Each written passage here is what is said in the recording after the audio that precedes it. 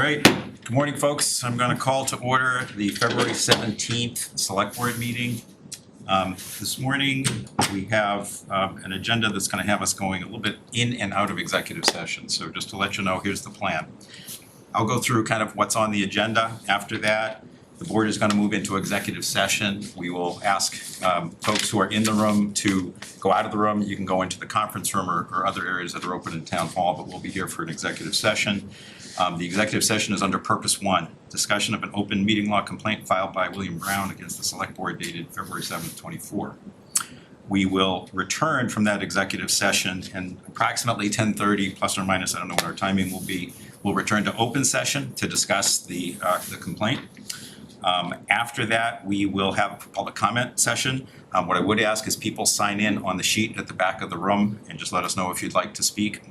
After public comment, we will first talk about discussion and potential vote on the process for filling a select board vacancy. As you can see, there are 4 of us here on a 5-member board.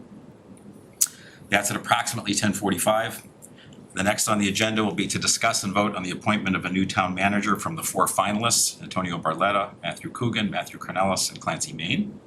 And after that session, we plan to go into an executive session under purpose 2 to conduct strategy sessions in preparation for negotiations with non-union personnel.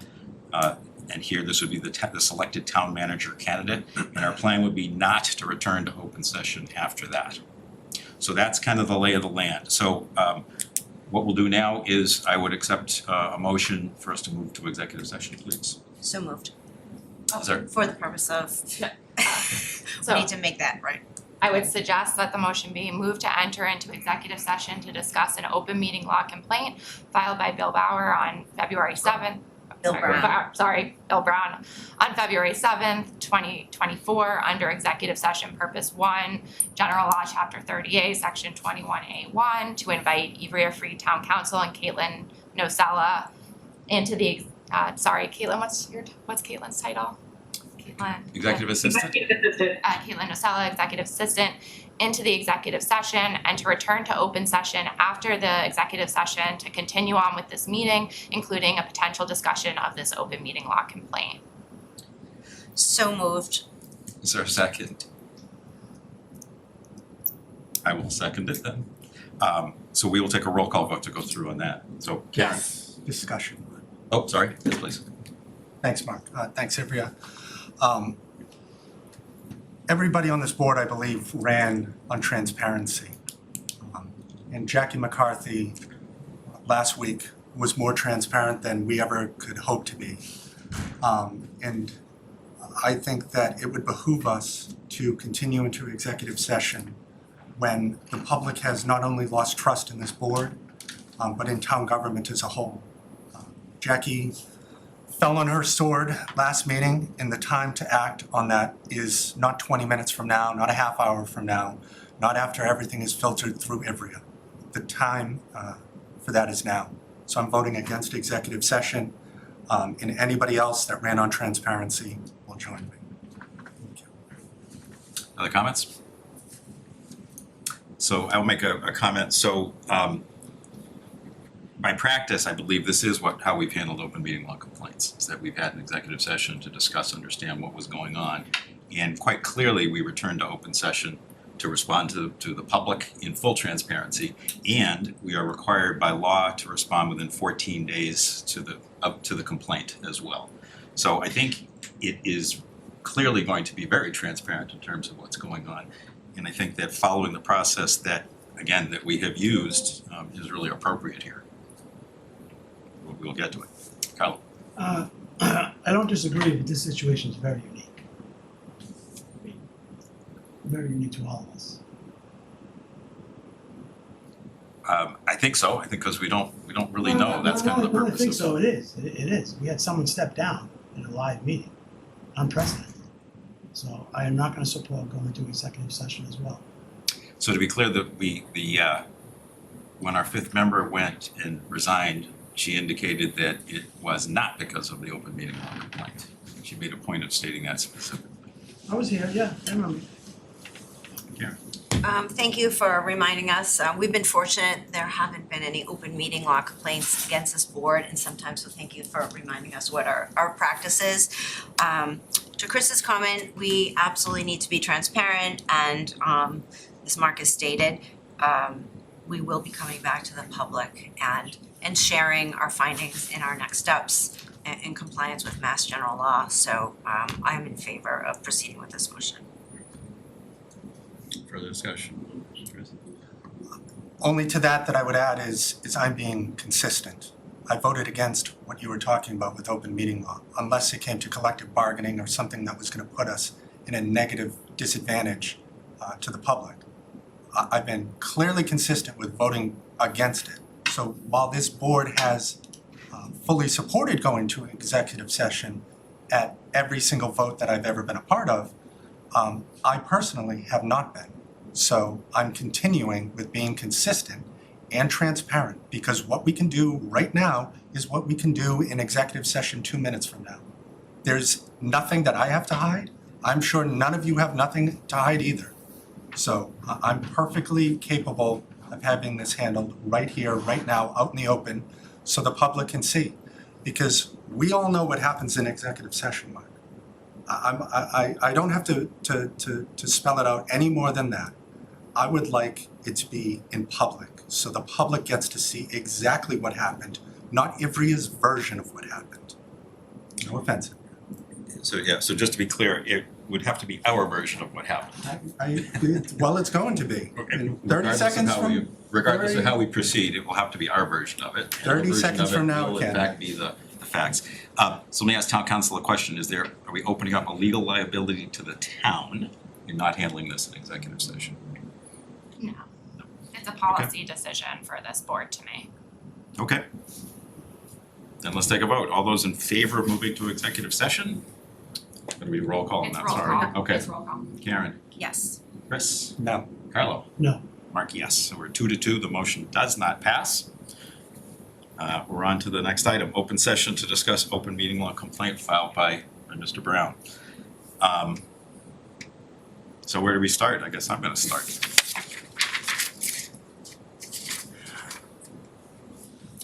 Let's see, so Jackie McCarthy and I spoke by phone on Tuesday, January 30th at 5:27 p.m. Again on Monday, February 4th at 12 noon. Before the January 30th meeting, I told Jackie I wanted to be her one member to discuss this with, and wanted to confirm that she was able to do this. She confirmed, and we spoke. We've spoken to no other persons about this.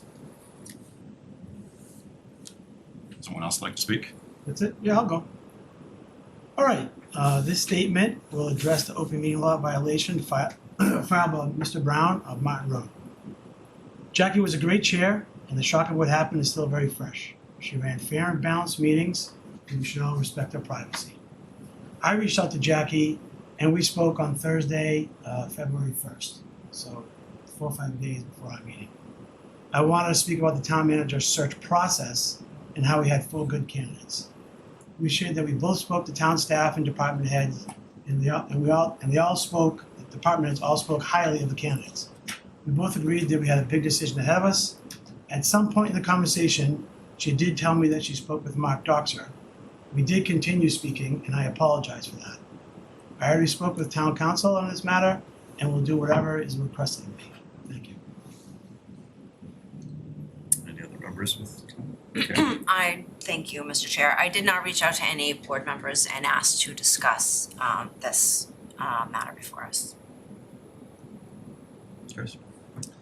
I made my statement last week and I stand by it. I didn't reach out to any other board members either, including Jackie, regarding this. The only people that I spoke with, like I mentioned back then, was former town managers, town staff, members of the public, etc. And that's essentially it. So I was not part of this. That's that. Okay, so it sounds like the violation that occurred was that at the end of the day, Jackie spoke with 2 people on the same subject matter. From a process point of view, that's not okay. I think that we all, no, I'm sorry, is there a comment? Was that a hand I saw? No, okay. I'm sorry. No worries. So from a process point of view,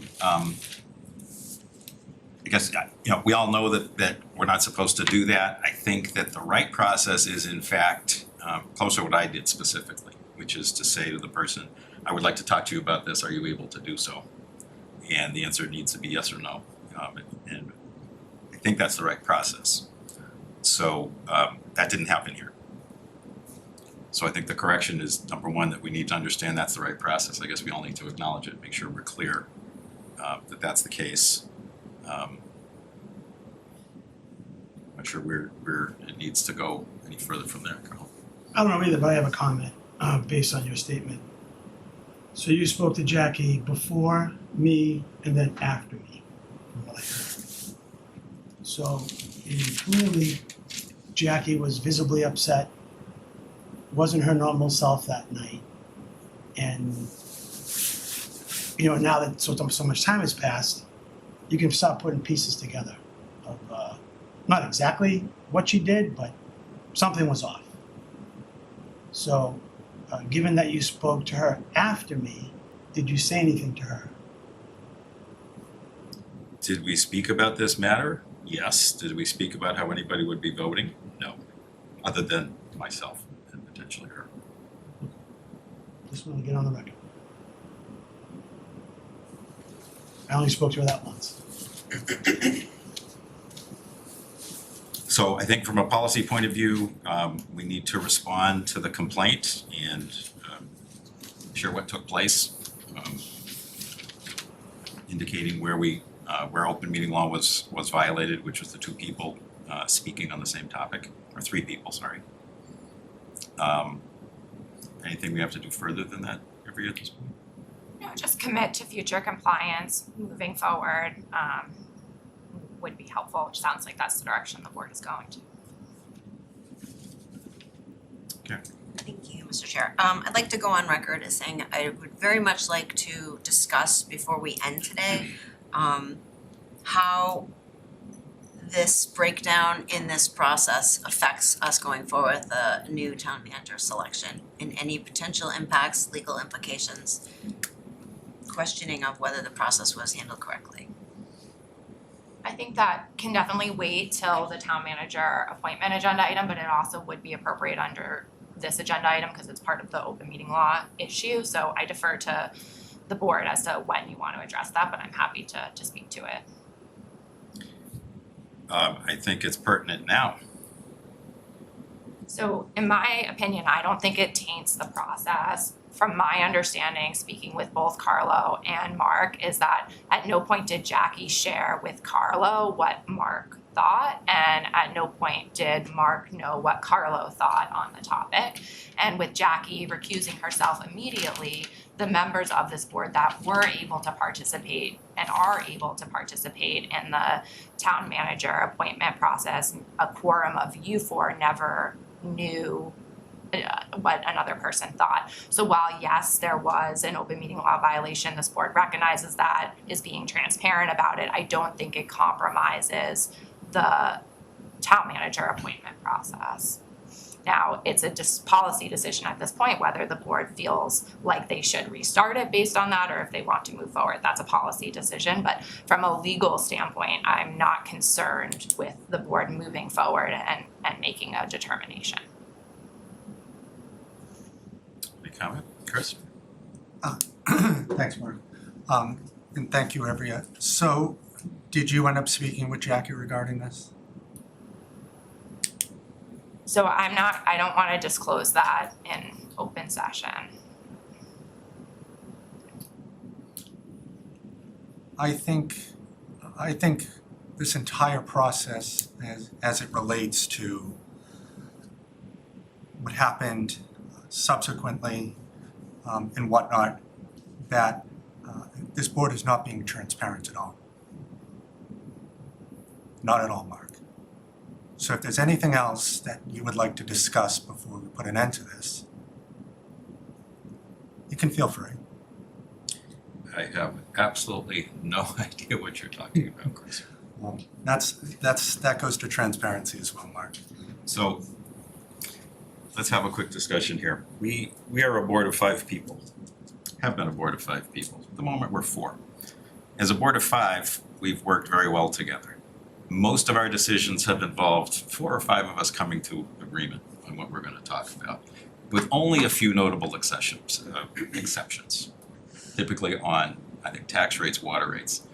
I think almost every other vote, we found a way to get to consensus with 4 or 5 of us in agreement in terms of what's going on. I don't think that we have hidden anything from anybody in terms of what's going on. And I have trouble with the hint of lack of transparency going on. We are here as leaders of the community to model the right behavior and talk about issues and have discussions and have disagreements, but figure out how to work through them. That's our job, and that's why we're here. It's gonna be harder with just 4 people, and for some period of time, that's what it's gonna be. We're gonna be 4 people. It would be great if we can figure out a way to work together to get that done. I would like to find a way to do that, and I'm at the moment feeling tension along those lines. Maybe that's the open transparency piece we should get out of here right now. Please. So I will ask Ivrea again, did you speak to Jackie? So that's an attorney-client matter or an attorney and privacy matter, which Carlo specifically also had said, she's entitled to her privacy. She's not a board member. Correct.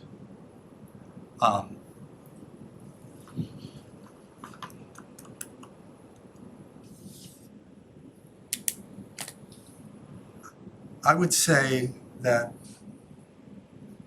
I have been nothing but willing to compromise on this board since the beginning. Since the very first vote that this board took when I joined, if anybody can remember what that was, it was a reorganization for chair. Even though I voted against Karen in that, we had the acclamation vote that Ann Landry made, and I still voted for Karen. Because that's what I do. I compromise. You can go down the record of everything that I voted on, et cetera, and I understand it's not about winning and losing, et cetera. I completely understand that. It's about just representing the voice of the people, your own values, et cetera, and getting that out there. And, you know, I thought that being on the other end of a 3-2 vote was unnerving, and, you know, it is what it is. You know, sometimes it happens, and that's what you want to happen. You don't want it to be 5-0 every single time, 4-0, whatever. Like, you don't want it to be like that, because that means things just really aren't working correctly. But on the major items, there has to be some sort of consensus, because what I don't like is the 2-2 vote. It's worse than the 3-2, because none of us can live with that. At least that's my interpretation of it. Chris, can I ask, are you referring to something we're about to talk about? About just everything in general, because there's the opportunity for 2-2 or what, last week's vote was 2-2. But no, informal, whatever it was. Poll was 2-2, yes, Mark. So that's what I'm referring to. I'm not saying every vote going forward is 2-2. Absolutely not. It never has been before, and nor will it ever be beyond all of us. But I think all of this ties all in together. And I'm not comfortable that this process was actually transparent and followed through like everybody had thought. Sorry, which process? The whole town manager selection process. So you're Yes. questioning if the process had full integrity? Correct. And I'm entitled to that opinion, and you're entitled to say that absolutely it was, that it's the opposite of what I just said. Are you suggesting that because it didn't, your suggestion that maybe it didn't have full integrity, that we should stop and take a step back? Without knowing what's gonna happen an hour from now, half hour from now, I don't think that, in my opinion, the pathway forward is not gonna be, while legally, how Ivrea just mentioned, that we're all in the clear, no one can question this, the public, especially after everything that I have just said, is not gonna believe that one iota, and nor should they. So board members want to share on this comment, on this topic? Charlie? Thanks. I am comfortable going forward. I disagree with Chris as far as the town manager search led by Bernie. I felt that was thorough, and we were presented with very good candidates. And that's why it made it a tough job, and that's why I called Jackie, because I respect her as chair. No other reason than to get into it, just, and I've spoken to you as chair on big items. And that's what we should do. We should reach out to our chair. So I don't feel that the search process that led to the 4 finalists was tainted or compromised. What happened after the interviews, that's going to remain, open to interpretation by some of us and the public maybe. But I'm very comfortable myself moving forward to appoint a town manager. Karen? Thanks, Mark. I share some of the concerns that Chris has raised. I am not 100% one way or another, and I look forward to having a discussion at a later item on our agenda today. But I can't deny that I share the concern that our community needs to believe in this process and believe that we made the decision that best benefits the community. So, I'm comfortable having at least 2 members concerned about the process. I don't think that's the right thing for us to do. I think that's a problem. I think the process had integrity personally, but I'm not comfortable with board members feeling that it didn't.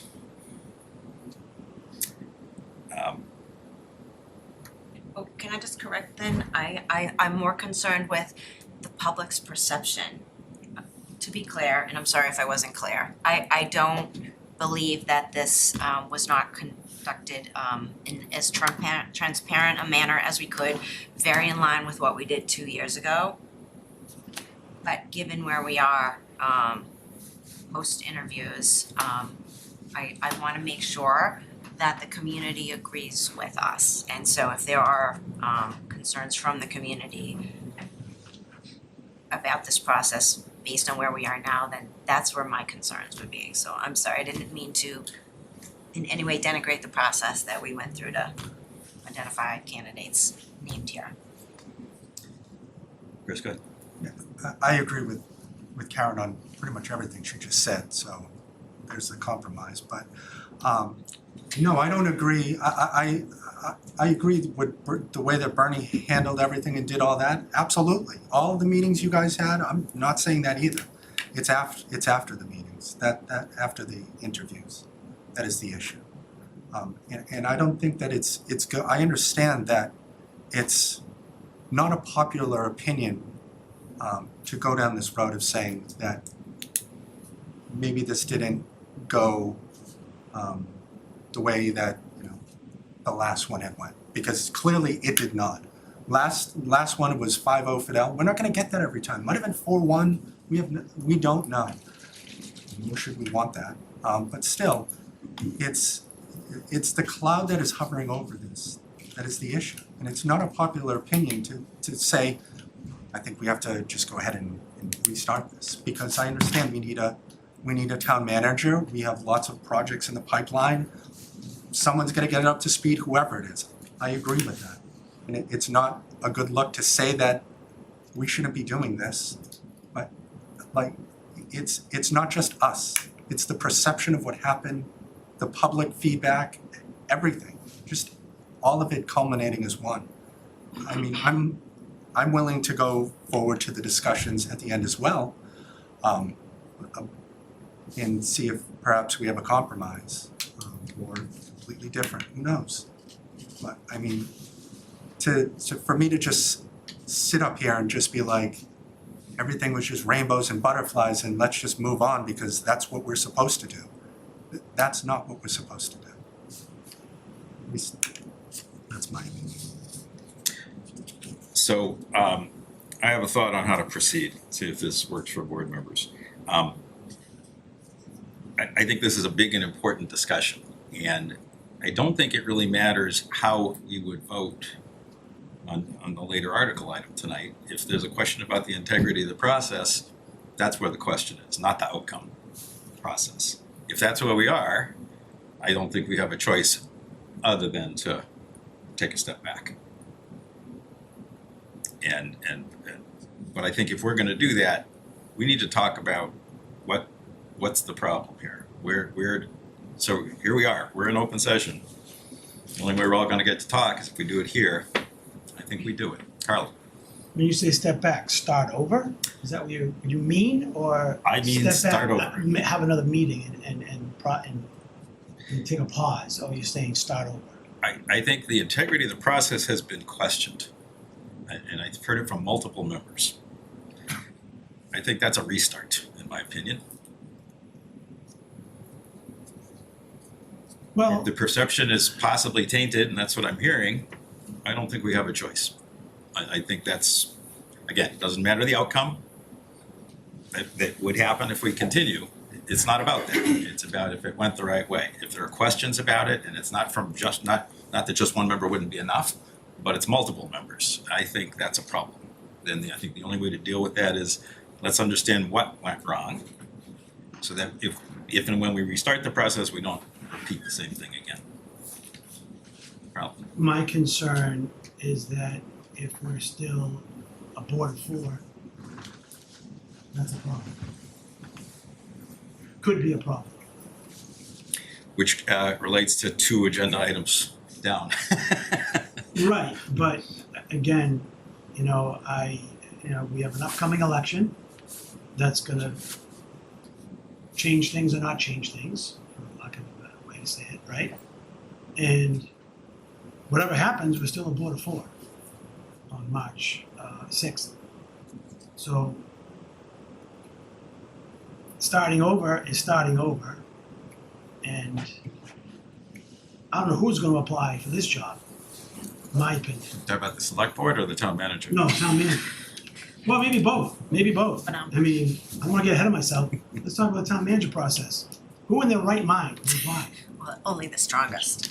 I mean, that's my opinion. I understand, but I think that's another reason why we need to talk and fix what's going on here first, before we do anything else.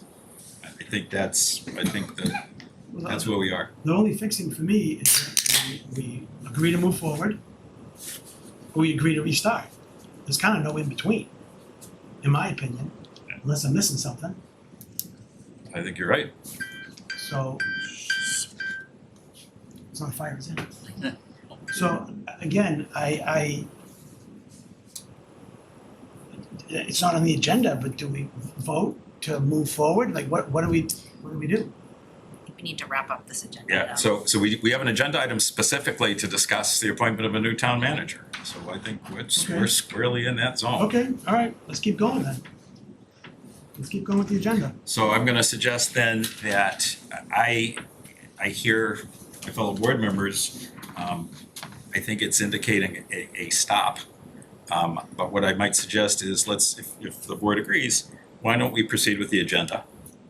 And then when we get to the item that's specific to discussion of new town manager, I think we need to open things up to our process, and then I think we would likely vote on whether or not we're gonna proceed from there or not.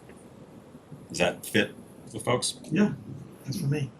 I make a suggestion that we table this open meeting law complaint and then bring it up at the very end, because the remedy, how you are moving forward, is intimately connected with whether you decide to move forward with the town manager, and then you can vote to authorize me to respond however this board decides at the end. So I just recommend tabling this and picking it back up for the Could I have a motion?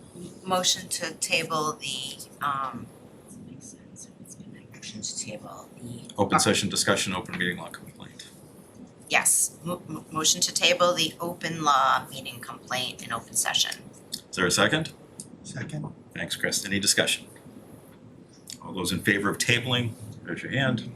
Yes. we gotta do this roll call, right? We're open We're session not in now, executive session. Oh, The okay. table okay. until later in the meeting. Okay, Yeah. thank you. so we are 4-0. A good precedent. Okay, next is public comment. Can I ask how many people would like to make public comment? Great, okay, so we have half a dozen. What I'd ask you to do is, I'll call on you, please come up to the podium, give us your name and address. I'd ask you just to, if you could, please limit to a couple of minutes, and we appreciate your coming. Mr. Brown, you're first. I take a little longer than I used to. Well, I'll still get here. Take your time. Good morning. Yes, thank you. First and foremost, my complaint was not about the process of the town manager position. And quite frankly, if I was one of the candidates with all the fiasco that's going on, I would not apply unless I was damn need of a good job. I did not hear any remedy from town council over the violation as to what can be done. And my suggestion, quite frankly, Mark, I think you should step down as the chair and let somebody else take over the thing. And then you're showing true repentance, if you will. As far as Carlo goes, I don't know what he can do. But there is supposedly a remedy on this. And if I'm not satisfied with it, I have the right to go to the Attorney General's office. I'd rather not. And again, I've been around this town, in town government for over 50, it'll be going on 58 years next year. And I will repeat, I don't think I've ever seen such a dysfunctional board as this one. Period. And I'll end it at that. Thank you. Thank you, Mr. Brown. Mary Ellen O'Neill, please. Sorry, and then Carla, and then John. John.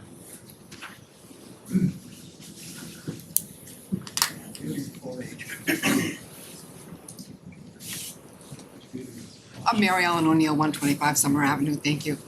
It's not clear to me whether there was an issue with the entire process. I don't feel the open meeting law complaint should have any, play any role in this. I don't hold either Mark nor Carlo at fault. They acted in good faith. That was solely the responsibility of the recipient of those calls.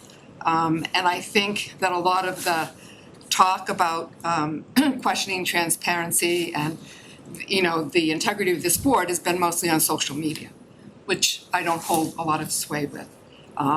So people can complain all they want on social media. I believe in showing up.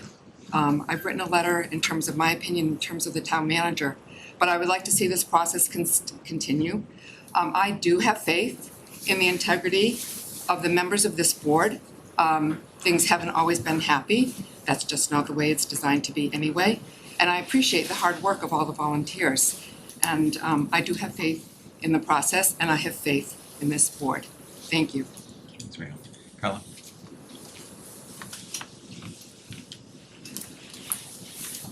Good morning. Carla Nazaro, 64 Lawrence Road. I'm a member of the school committee. I am the chair of the Killam School Building Committee, so this topic of town manager is very important to me. I'm going to make a statement first as a member of this town and as a member, as someone who has served on a major board in this town. Serving on major governmental boards in town carries a profound responsibility to hold honesty and priorities of the well-being of the community. Individuals entrusted with such roles must adhere to the highest ethical standards, ensuring transparency, integrity, and accountability in decision-making. Upholding honesty involves disclosing information truthfully, addressing conflicts of interest impartially, and acting in the best interest of the community, rather than personal gains or favoritism. When broken trust and unethical decisions infiltrate town boards, the very foundation of governance is compromised, eroding public confidence and sowing discord within the community. Such breaches of trust often arise from self-serving agendas, conflicts of interest, or disregard for ethical principles. Over the past weeks, I have been thinking about why the select board chair stepped down. She mentioned that it was not for the open meeting law violation that she shared with us. She said that there were other factors which led to her resignation. So I would like to ask every member on this board if they played a role in why the chair resigned.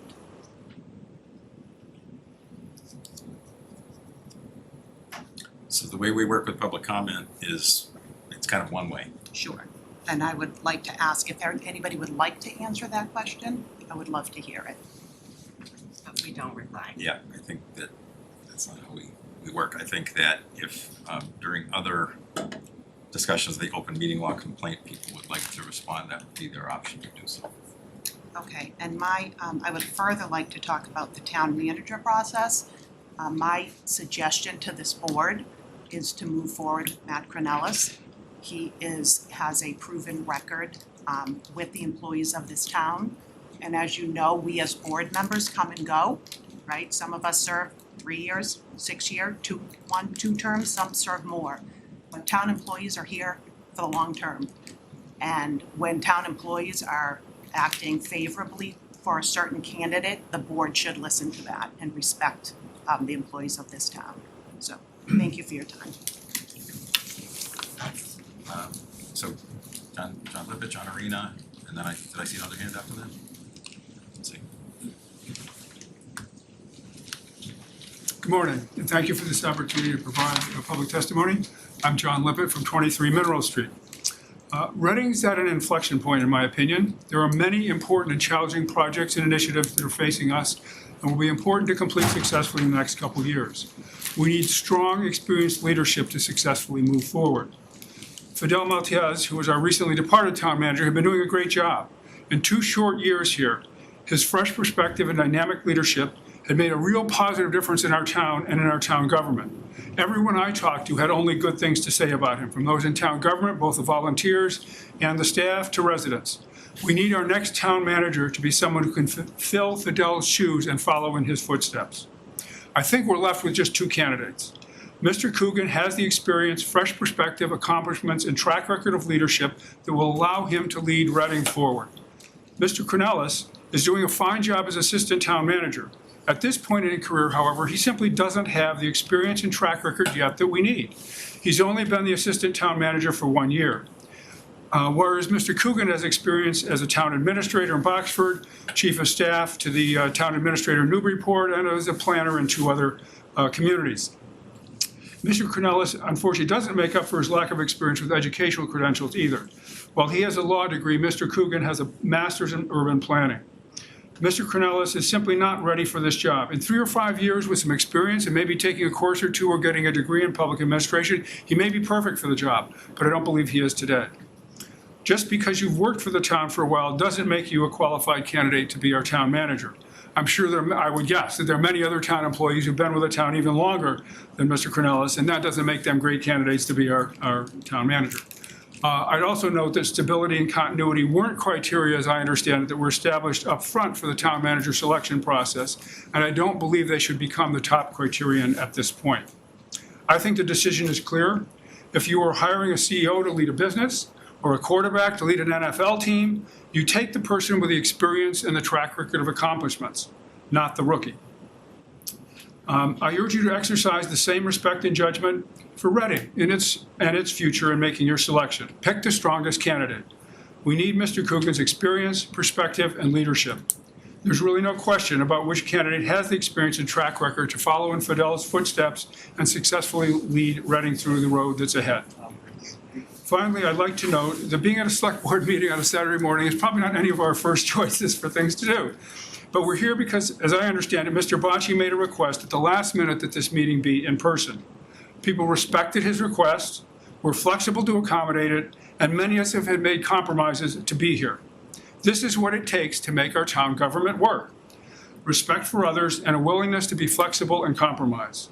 Mr. Bocci, I hope you and the other members of the board will take this approach in reaching a decision on the selection of our town manager here today. Thank you very much.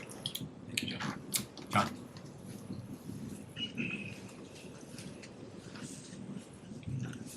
John Arena, 26 Francis Drive, former member of this board. I have a couple questions for town council. In the earlier discussion, you made a distinction between an OML violation and the presence of a compromise position. Are those distinctions made in the OML language itself, whether an individual is compromised by the behavior versus just a technical violation? That's a distinction made in the OML. So, again, we usually use this as a one-way. You've just completed 30 minutes of conversation on this and proposed to have these folks wait until you return to the conversation. It seems, Understood, although that is exactly what the agenda was, so it was clear that that was. it's a relevant question whether it's answered now or later. And the distinction is, your policy, Mr. Chair, cannot work if the standard is we shall not talk at all. If the standard is casual conversation is a trigger for OML, then the only policy will be isolation. And that goes to the point of what compromise is and when does conversation rise to the level of compromise in OML. The second point I'd raise is a process defect versus a personal defect. The OML discussion today, I think, speaks entirely to personal defects on the behalf of individuals. Whether or not that had impact on the outcome of a decision is yet to be proven. And in my opinion, other than the OML violation, no other objection has been raised of any stripe. And I would hate to think that the assertion that somehow that the personal violation requires a do-over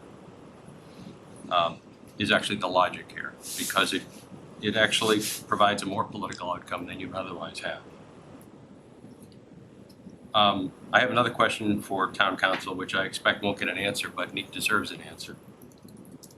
In an earlier question from Board Member Haley, the question was, had you talked to the former member of the board who recused herself?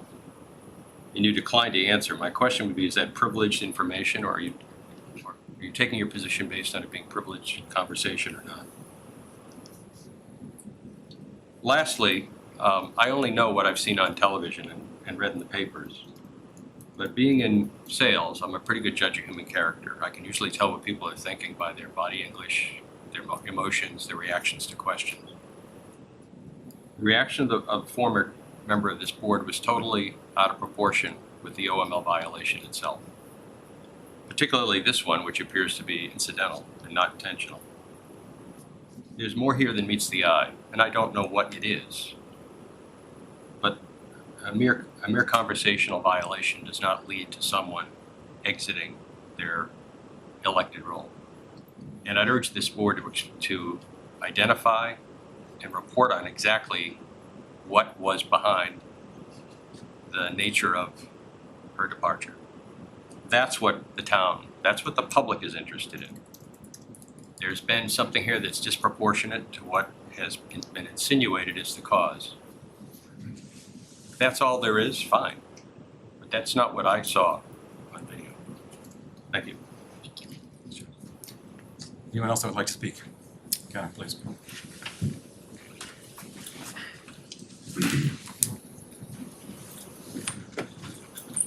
Gena Piraski, 3 Harriman Avenue.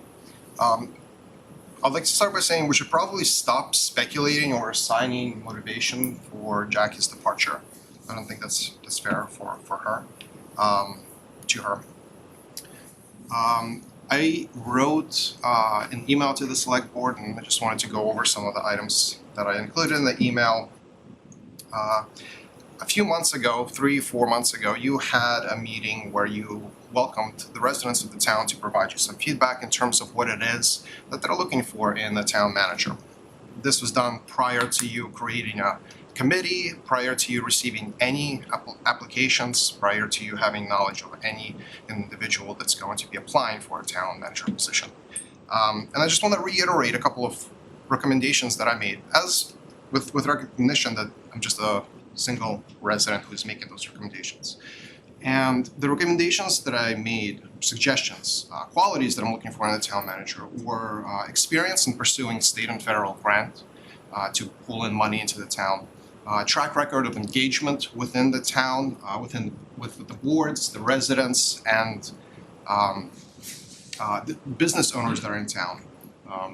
Another one was the willingness to sit down with residents and allow them to sort of navigate the different channels, the procedural channels to get certain things done within the town that they're passionate about. And then lastly, I wanted a town manager who was able to provide autonomy to the staff should they seek it. So nothing has changed. All of those points, again, were made prior to any candidates coming forth. And just wanted to reiterate those comments. And then the last point is that, or I guess the last topic, if you will, I do agree with Mr. Arena over here that communication is super duper important when you're just making these type of decisions. So I was very disappointed that a week ago or whenever you've met last, it came to a grinding halt and there was no discussion at all. So I was very, very disappointed with that. But, you know, such is life. So here's to Saturday's select board meeting. Thank you. Anyone else would like to speak? Vanessa, please.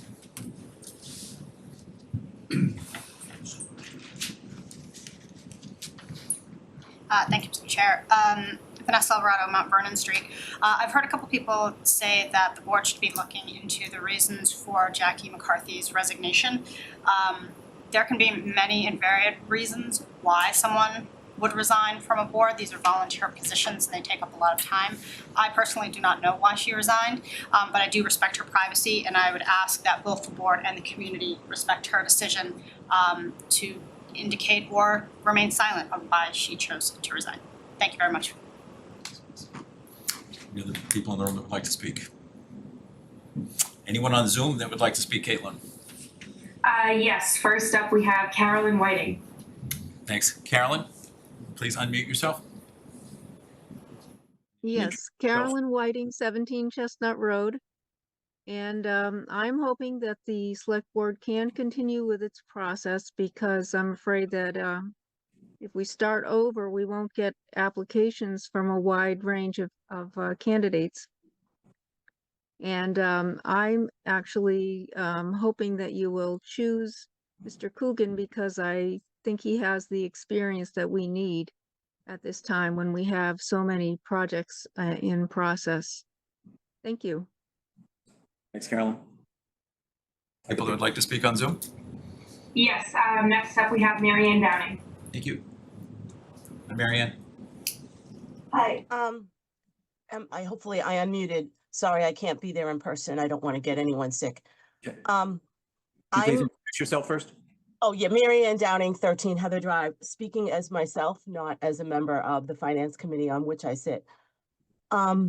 I was very concerned with the earlier part of your conversation relating to the integrity of the process. And in part, you know, someone mentioned, well, there's been speculation about things on social media and in the newspaper. And one of the concerns I have, and I don't know whether this is confidential information, is an earlier speaker from today, Mr. Lippett, had a letter to the editor of the Reading Post in which he mentioned something that has not been revealed publicly and which is not even on your agenda. Your agenda lists 4 candidates. Yet his letter to editor mentioned that one candidate, Clancy Main, has withdrawn his name from consideration for the town manager position. And that was posted on Sunday, February 11th, 2024. And all of the agendas prior to that, and even right after that, and even today's, still lists all 4 candidates. So I guess I wonder how Mr. Lippett learned that information and whether select board members or town manager search committee members or town staff or somebody is revealing elements of the search to members of the public. Maybe I'm mistaken. Maybe that is not confidential information. Maybe Mr. Lippett knows Mr. Main and got it from him. But I guess I would like to know, you know, is that true? Has he withdrawn? And that just to me is a bit irritating, pointing to that part of the process that is, you know, selectively being shared with the public. To me, that kind of information, you know, can impact our negotiation with other candidates. I just would hope going forward, the board would limit what they share with the public like this. You know, maybe Mr. Lippett did not know it was confidential information and thought it was going to become public, but it to me points to an issue with the process as well. Thank you. Thanks, Marianne. Other people that would like to speak on Zoom? No other hands raised. All right, folks, let's proceed. Next on our agenda, discuss and potential vote on process for filling select board vacancy. So, we have a vacancy on the board with Jackie's resignation, so we are a board of 4. There was some discussion of can we appoint someone? The answer to that is no. There's a specific process, which is an election, and it's the only way to do it. If we act, we need to have a minimum of 64 days from the posting of it, between when we have post for it and when that election could be. That's the minimum. If we elected not to do that, then the seat wouldn't be filled until the next election, which would not be this March, but next March, March of 25. April of 25, sorry, April of 25. So I think the discussion for us is, do we feel it would make sense to hold a special election? And if yes, how quickly we would do that? A quick question, and maybe everybody can answer this. Mark would know, or anyone, I don't know. We are having elections in the fall. Could we have it then? Or is it can only be a standalone on a special election? Special election just means not your annual election, so if you're having an election in the fall, you can combine it. I defer to Laura, she may have some personal preferences on that, but you can combine it with other election matters. So it's allowed if It would be allowed, legally. Policy decisions, I defer to Laura. It would be 2 separate elections. It could be held the same day as the September election or the same day as the November election. I would very strongly ask that you do not do it in November. But it could be done the same day as the September primary. While you're up there, Laura, can we ask a question? If it were to be a standalone special election, what are the implications of that for the town, and what sort of cost are we incurring? So the elections in the town of Reading cost anywhere between $20,000 to $30,000, depending on the election itself. That cost keeps going up because of the vote by mail.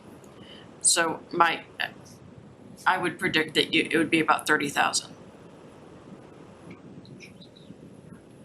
Other questions from Chris? I'm obviously torn on this because I don't want to spend the money, but I don't want to wait because clearly we can't wait. I didn't know about the September option. I didn't even know that we could have done any of that going forward. I thought, after town meeting made sense, kind of, you know what I mean? That kind of scheduling wise. I think that no matter what, it's not up to us because if they get, 64 or 200 signatures, whatever, someone could just force us to do it anyway. And, if we're not unanimous on this, then chances are that's gonna happen anyway.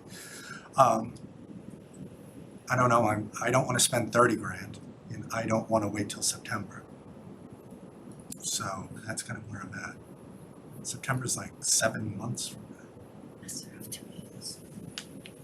Okay, Oh, just point of information, I didn't review the charter, is that correct? 200 signatures would be required for a citizen's petition to ask us to hold a special election? Pursuant to statute. Oh, it's 200 pursuant to Yeah. statute. It's 4110, I believe. It's in chapter 41. Yeah, I think it's 4110.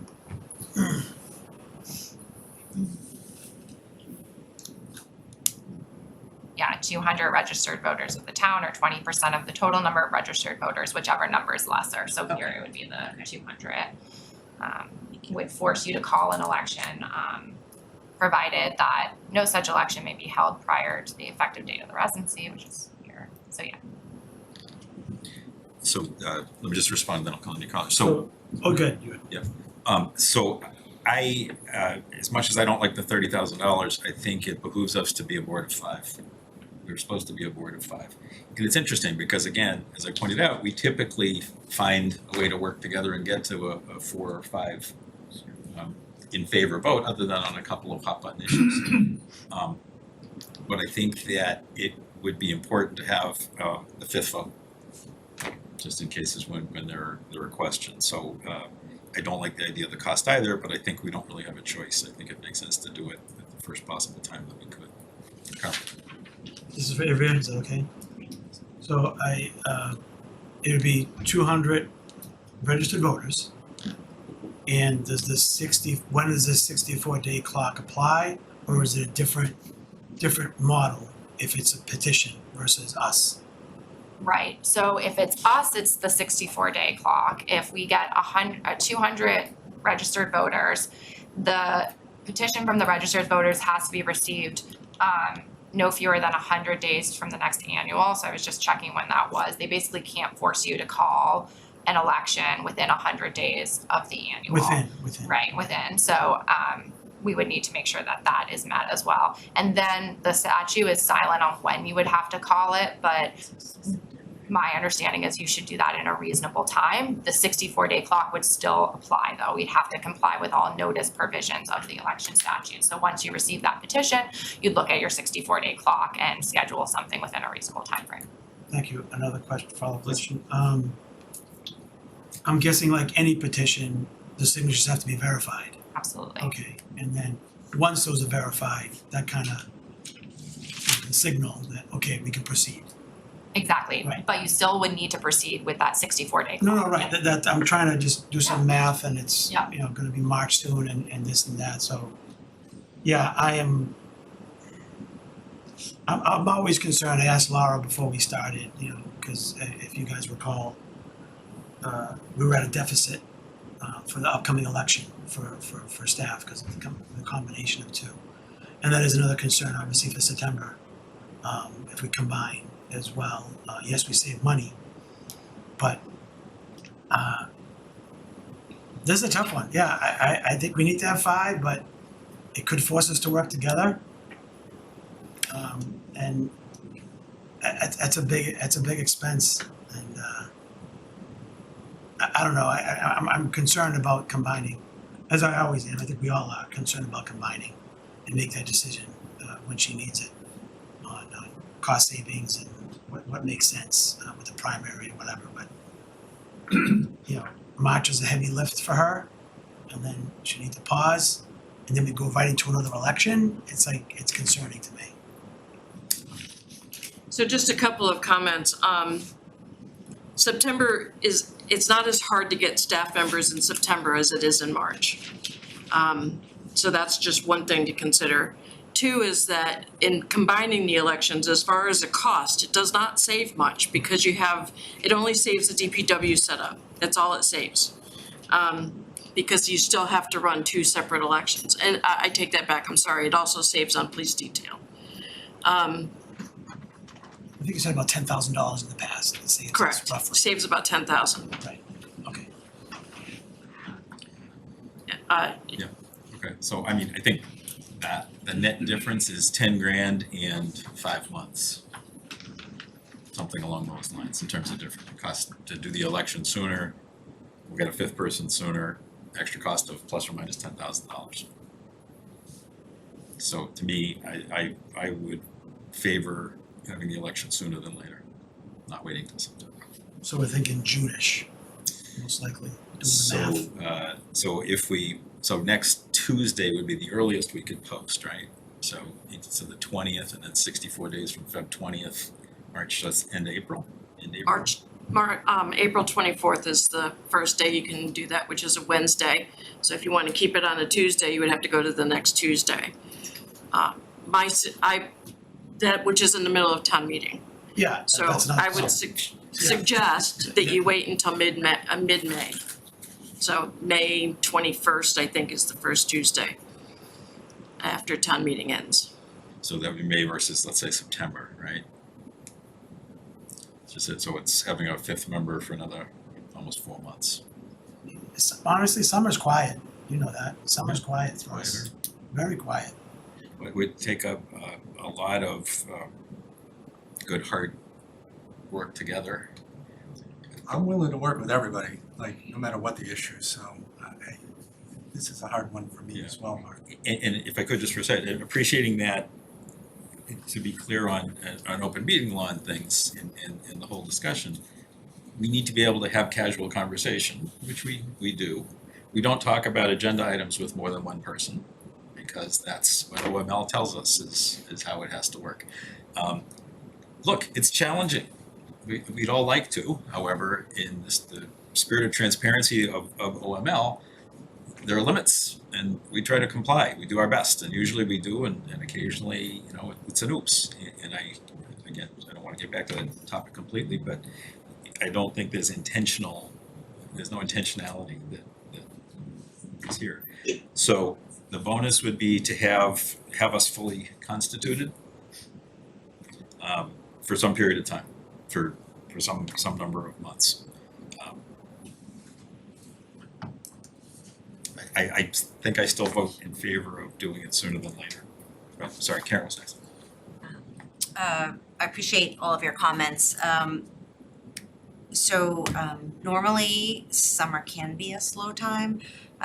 We just lost a very active and engaged member of our board, and this is not a slow year for Reading.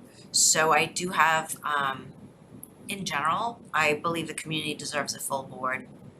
All boards should be full. But I do have a concern in particular this year that select board members are going to be working this summer, whether it's Killam, whether it's Senior Center, whether it's Community Preservation Act, whether it's Green Community members, Green Communities joining. I think I would rather see this board filled and actively being productive sooner rather than later. Productive as 5. Productive as 5. Chris. Yeah, I see the different avenues that we can go down, and I think it's hard for me to set aside that not the best thing for Reading and this board in general is for us to get through the 4 people as much as we can. It is going to force us to work better with each other because we do for the. I had to just clean up my car. Could you please mute yourself wherever you are? Thank you. It's gonna clean your car off. I'll help you. No, I think that, for the most part, we've been working fairly well together over the course of the last year. The departure of Jackie is obviously a punch to the gut to me and other people, because like I have mentioned previously, she always looked to me for comment before moving on. And that's working together. We don't see eye to eye on everything, but she still was doing it. It's hard for me to say, let's just have this thing in May so we can get back up to 5 people, when I think it would be better for the 4 of us to work with the 4 of us, regardless of 5th member, et cetera, going forward. But at the same time, I understand, I'm torn in every direction because I don't want to cost the money. The 10 grand sounds great. That's how we voted last time, but now we're going to completely go against what we said about saving money. There's so many different ways that this can go. And I would hate to it be May and June or whatever, and then we have 3 select board meetings, and then it's the September primary or whatever. That would just be horrible too. So, do we have a schedule out? Can I look at a schedule right now, see what meetings we have? There is a schedule. So how many meetings do we have between mid-May and September, whatever it is? I also forgot to mention MBTA communities, sorry. I just Yeah. So let's, in fact, Caitlin, can you answer that question? Take a look at how many meetings there are there. I think, to Karen's point, there's a lot of other stuff going on there beyond the definitely meetings. is. And I, for one, am a little concerned about the weight of the amount of work. And even if whenever they start, there's going to be a time period to spin up, to get up to speed. And having that sooner than later is a good thing. It just means that as things are heated, they're there. You're saying town manager or 5th person? I'm talking 5th person on the board. I'm talking about filling this vacancy. So I see each of us having to step up a lot more if we're a board of 4. I don't think any of us would disagree to stepping up, but I do see your point of losing the onboarding time as being a negative that just got said. I don't consider that option either. Mark, Yes. you have 2 meetings in May, 2 meetings in June, 1 in July, and 1 in August. I was close. I was gonna say 5, so 6. I mean, so far, that could change. Yeah, I think $10,000 is $10,000. But we're gonna have to incur that cost. We're incurring a substantial cost to do it. I think we are better for having 5 members. I think we as 4 are gonna really have to work together closely no matter what for a long period of time. But I think there's an advantage to being at 5, but kind of as soon as we possibly can, particularly at a more modest cost of $10,000. I don't love spending the money either, but I think it's got high value. So I'd also like to point out that for this particular election for March, between the 2 elections, we have about 7,000 ballots getting mailed out. Because of the 2 elections. We're behind on that. I have to bring extra staff in tomorrow or next week so that we can get them out. We'll have the same issue in September if we have to do 2 elections, where we'll end up with another 7,000 ballots getting mailed out between September and the local. So that September's tougher. Meaning that, we'll have to bring extra staff in to mail all those ballots out. Is there a sense of the board? I think we need to make a call. Okay, one more I'm sorry, comment. Ken, thank you. We have a very active and engaged community. It only takes 200 registered voters to decide they don't like our opinion and take this decision completely out of our hands. So I just wanna bring that point to the forefront before we make our vote. You saying you wanna vote tonight, or just take a straw poll, or what do you want? So I put it on the agenda as potential vote. My gut is the sooner we do this, the better. I think that if it goes further in time, the decision gets harder and not as productive. I'd like to wait till we're not meeting next week. I thought we'd meet next week. 27th. Right, 27th.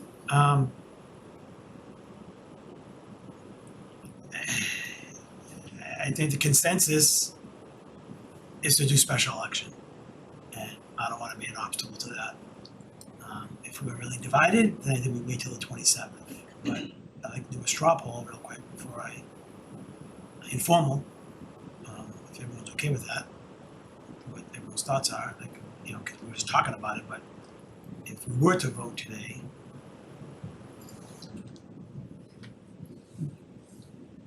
Going with prior practice that we do, it's always discuss one meeting and vote the next. So irregardless of what we were gonna do, that's what I would do regardless, is that I would want to vote at the next meeting. Now, by us having a mid-May election, that does not ruin this timetable. If we're all agreeing on either May 15th or whatever Laura said, or September 5th, that's not changing the 64-day thing, like Avery had mentioned, by us waiting till the 27th. So I think it would be worth just waiting until the 27th, voting then, and then I think our consensus is either mid-May or September. It just seems like that is where we're all at. Karen? Yeah, I think just understanding continuing to operate as a 4-member board is more work. I can already foresee us having to schedule more meetings. Another option would be a quick meeting next week to vote on this. We don't have to wait till the 27th, but during 2020, we met weekly, and it might have been into 2021, so that's another concern for me. And my thinking that we need to get this board fully productive as soon as possible. But I would throw it out there to the acting chair that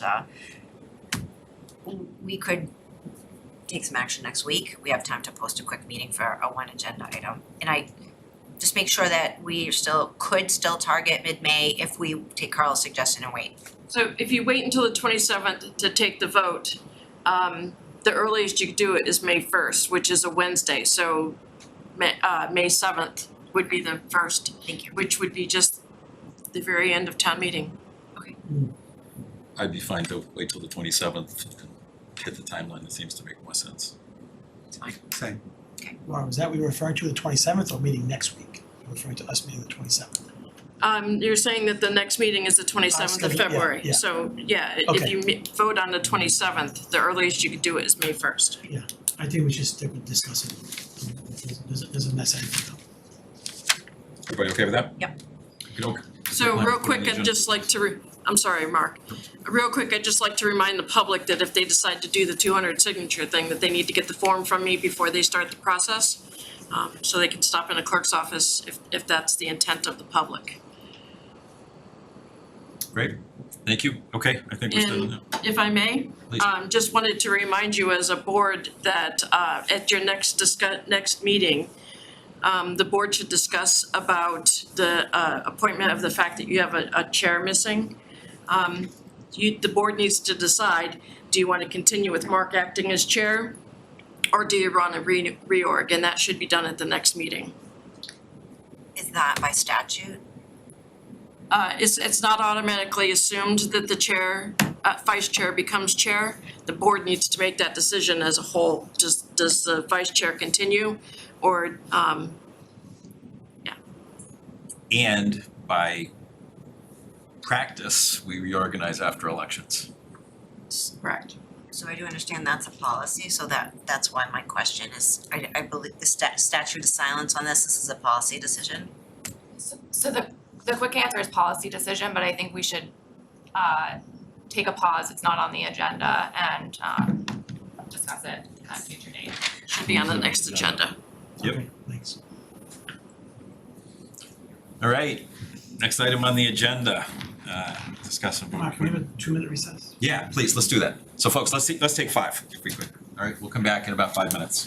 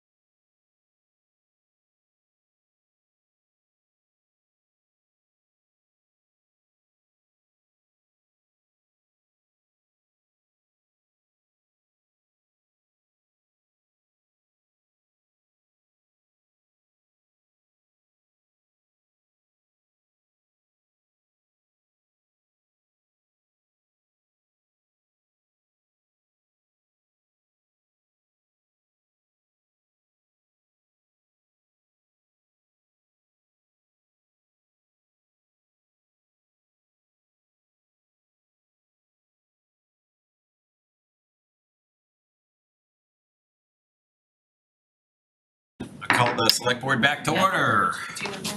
Folks, if I could ask you to please take your seats. Okay, so we're moving on to discuss and vote on appointment of new town manager. As this may bleed in a little bit to the open meeting law complaint, my suggestion is we take a vote to take the OML discussion off the table and basically have both items open in front of us. And that way because it seems like they're touching each other. I think it would be good to have them kind of available to us. Any discussion on that? And then, or how about a motion, then we'll have a discussion and then see where we go. Okay. This would be a motion to take the open meeting law discussion off the table. So moved. Is there a second? Second. Thanks, Chris. Any discussion? Okay, all those in favor of removing it from the table? Opposed? We are 4-0. Okay. So it kind of seems like the first thing we should do is talk about the process. Some questions came up, the word integrity was used. I think that's where we need to start. Wants to lead off that discussion?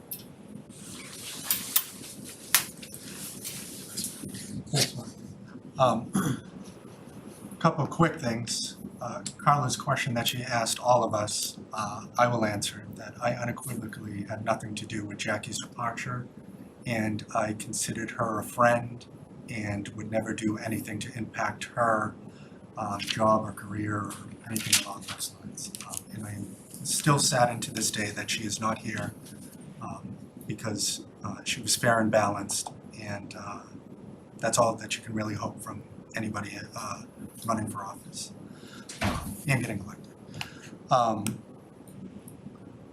In terms of the discussion on the finalist and everything else going forward, it's more of if we want to have a honest discussion and see where we're at with this. I mean, I'm open to it.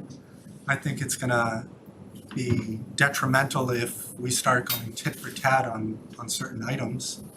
You know what I mean? Where I bring up that, oh, so-and-so this, but not on this, like it, I understand that there's strengths and weaknesses of all candidates, regardless of when it ever happens. But that's up for this board to decide if we want to go down that discussion, and I'm happy to have it and see how it goes. So can I suggest two things? One is, what I thought I heard from you was integrity of the process to this point, rather than what might happen from a discussion on this item now in terms of where we might go. So I want to see if there's a distinction. Is it, what I thought I heard was the integrity of the process compromised to this point? I thought that's what I heard. Yeah, beyond after the interviews, up until this point, yes. So let's talk about that. I do want to take one quick pause though. Ivrea had shared with me something that I think would be relevant to the discussion from some of the questions that were raised. If I could ask Ivrea to share that. So I think there's 2 points that were raised. One is, what are we talking about in remedying an open meeting law violation? And the Attorney General has found that disclosure of the facts around the open meeting law violation is a remedy in and of itself. While there can be additional remedies like taking another vote on a contract that wasn't properly executed, those are not often required unless the situation warrants it. And here we have someone that didn't participate in an active discussion in front of the board. She did have a conversation with 2 members. That's been disclosed. Both members have disclosed it. Carlo didn't know what Mark was sharing about the candidates. Mark didn't know, and vice versa. And it was just Jackie sharing her thoughts, and she's never participated. So my belief here is that a proper remedy is disclosure of all of the facts, putting that in writing in a letter to the complainant, and committing to not conduct yourself in that way moving forward and to comply with the open meeting law. I don't think we need to take any additional actions from a legal standpoint. Policy decision if the board wants to do other things, but from a legal standpoint, I feel comfortable with that as being the remedy. There wasn't a question asked about whether I had conversations with Jackie. I was trying to protect her privacy. I think we've all been committing to that. From an attorney-client perspective, I can share that I did not talk to Jackie, but I would hope, like most of the board members have said, that we respect her privacy and not dig in too deep into her reasons, but I did not talk to Jackie before she resigned about this matter. 0. Okay, so let's come back, process, to this point. So,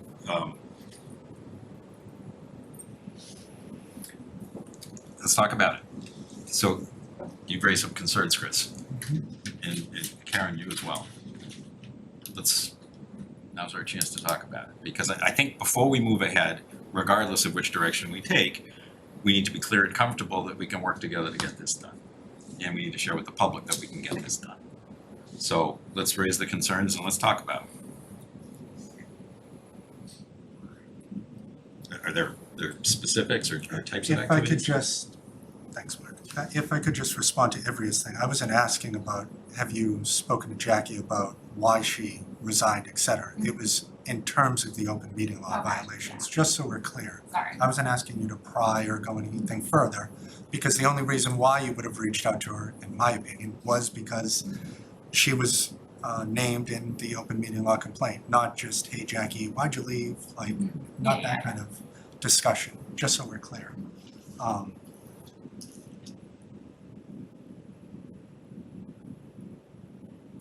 For me, if people have to read between the lines of what I am saying on a lot of things, like when I mentioned at the prior meeting, we all know that someone leaving us that's not public, et cetera, and that was Ben Cares. We all knew it, and that's why I was mentioning we need stability, et cetera, here at Town Hall, because I knew he was on the way out. Now, I understand there's circumstances, whatever, but I still did it because, it wasn't public yet, and I wasn't going to be sharing that. So when I sit here and make comments, because it's extremely difficult for me to sit here and say,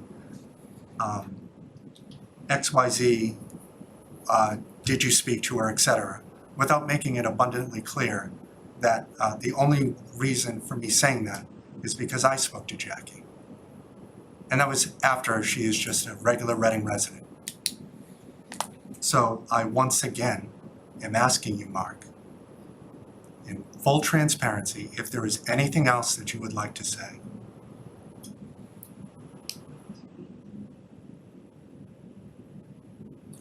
I am truly not sure what you're asking or why.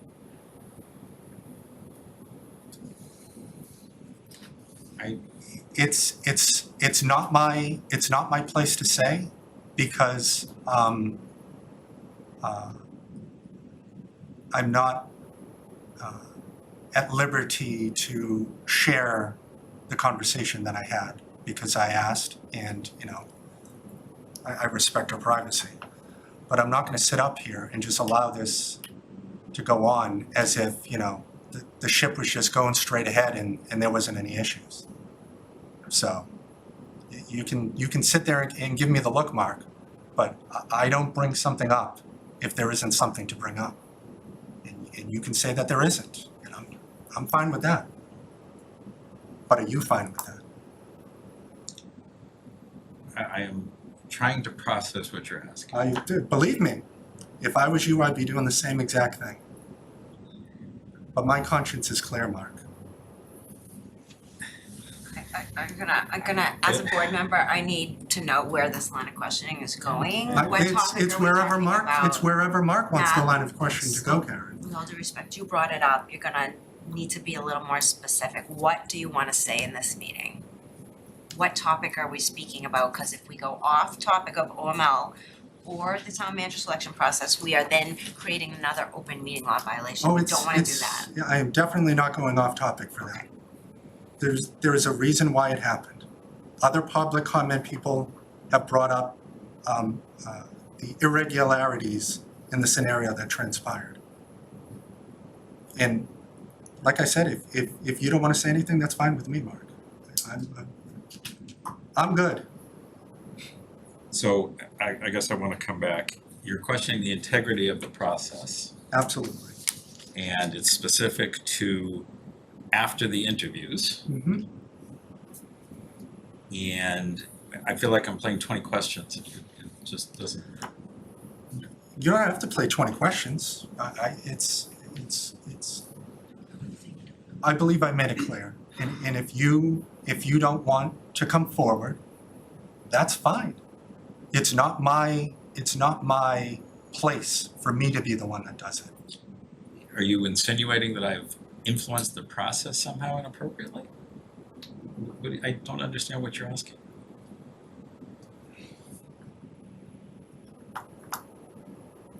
You say there's an integrity of the process. So I need to understand what that means.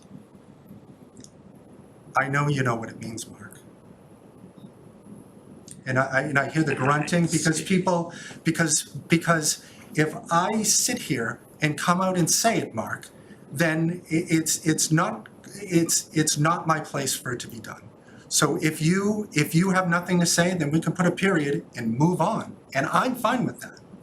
And if you're fine with that, then let's move on. I am insulted that you were impugning my character.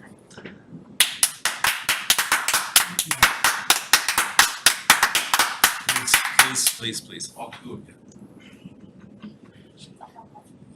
you. And to that point, I would say I'm insulted with exactly what you and everybody else did, Mark. Because what you did, if you want me to answer you now, what you did to Jackie McCarthy should never happen to a single person in this town ever again, Mark. Nobody, including the people that were clapping, were all privy to what happened, Mark. Nothing. It's disgusting. Absolutely disgusting. So, we're on a road to nowhere. We're on a road to nowhere, because what also was brought up that I was the only member that didn't speak to Jackie as well, which is another wrinkle in this kind of problem. So look, there are two paths here. One is that there is a specific accusation which sounds like an open meeting law violation. If you feel that's taken place, then do it. File a complaint. But insinuations and other things aren't gonna get us anywhere. I worked with Jackie appropriately, at both on the committee and after. You're asking me, is my conscience clear? My conscience is clear. So if there's something that is troubling you, that is an open meeting law violation, then you should file it. And if there isn't, time to move on. But I guess now I'm really troubled because you challenge the integrity of the process. It seems to be some specific item. I'm not sure where to take us forward here. So do we stop the process as a result of this? Is there something to be learned from this so that we don't do it again? I'm not quite sure where to head because I don't know the nature of what's going on here. But again, I feel, aside from insulted, if there were an issue as a fellow board member, why wouldn't you bring it up to me? And if it's an open meeting law kind of thing, why wouldn't you bring it up as an open meeting law kind of thing? I don't know what it is. And to that, I would say that I only had a conversation last night, not like a week ago. And we were all under the assumption, all four of us, that we shouldn't be speaking to anybody else regarding this process. You know what I mean? Because we brought up, how are we gonna come to some compromise if none of us can speak to each other, because it was already brought up publicly who we'd like as the next town manager. So we were under the assumption that, like, I couldn't reach out to Karen, so how could I have reached out to you regarding this? I couldn't. And approach town council or I guess there needs to be an avenue for things. So maybe this is a good discussion. There needs to be an avenue when we have things that aren't working, right? We know on agenda items, we can speak with one other person. If there's a and sometimes we try to reach the chair, particularly about agenda and focus.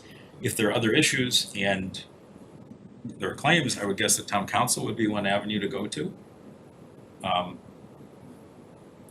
We need to be able to move forward with things. We also need to be able to work where, if there are allegations, I guess the allegations can get made.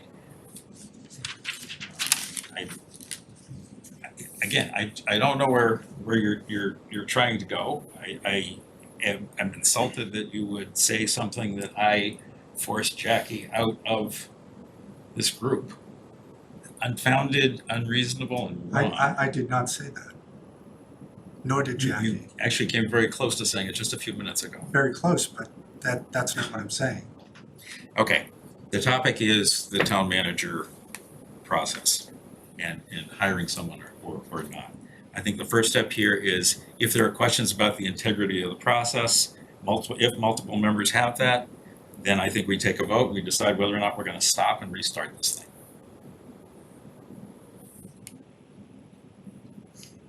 Do we need to have that discussion before we talk about where we are in this process in general? I mean, I think that's a valid conversation. We could decide if we want to vote, but I think maybe in the interest of transparency, there's more communication and discussion we could have in front of the community about where we are in this process. I think we can. I think that if the integrity of the process is in question by enough board members, we don't move on. That's my opinion. If the integrity is questioned, let's stop and restart the whole process. Okay. I do appreciate having town council here, because I don't have a concern with the integrity of the process up until the open meeting law violation. What I heard from town council is that, in her best opinion, we are not putting the town in any kind of jeopardy or liability, I think you used the word jeopardy, by proceeding with this agenda item today. So I am satisfied with that. And is that going to answer all of the community's concerns? Not necessarily if they're not watching today, if they haven't been following closely. You know, that's part of the job. Not everybody's happy. So I think I'm satisfied that we could proceed with this discussion item, and I thank you for clarifying my questions. Yeah, like I said earlier, I think we should, excuse me, have a vote to move forward. And I want to move forward. I made that clear earlier, but I think we should formalize it just so we're all clear, you know, and it's not 2-2. You know, so I think we should do that, in my opinion, next, based on what Karen said. And that's my opinion. Chris? I'm fine with discussing the 4 finalists as well.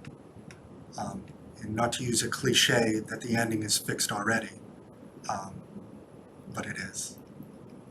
Which So, goes back to do you everything have else a I concern about the integrity of the process that would have you vote against it moving forward? Against. Moving forward with the discussion today. If you feel that the integrity of the process has been compromised, I'm asking you to state that we should not move ahead because it has nothing to do with the outcome. It has to do with the process. Up until yesterday, I was just like every other member of the public. And knowing now what I know, it's not something that I would want to move forward. Okay.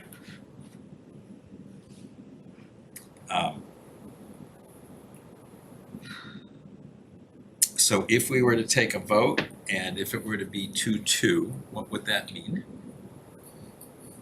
What are you voting on? If the vote were to be taken on to continue with the process or restart, To appoint a town manager, sorry. to No, appoint the no. town manager, Well, okay, because there are So- different votes. yeah, so to move forward with the process in the agenda item here, or to stop and restart it.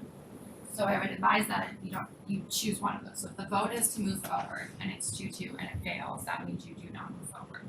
If the vote is to restart and it fails, you don't restart, you continue moving forward unless another vote comes up.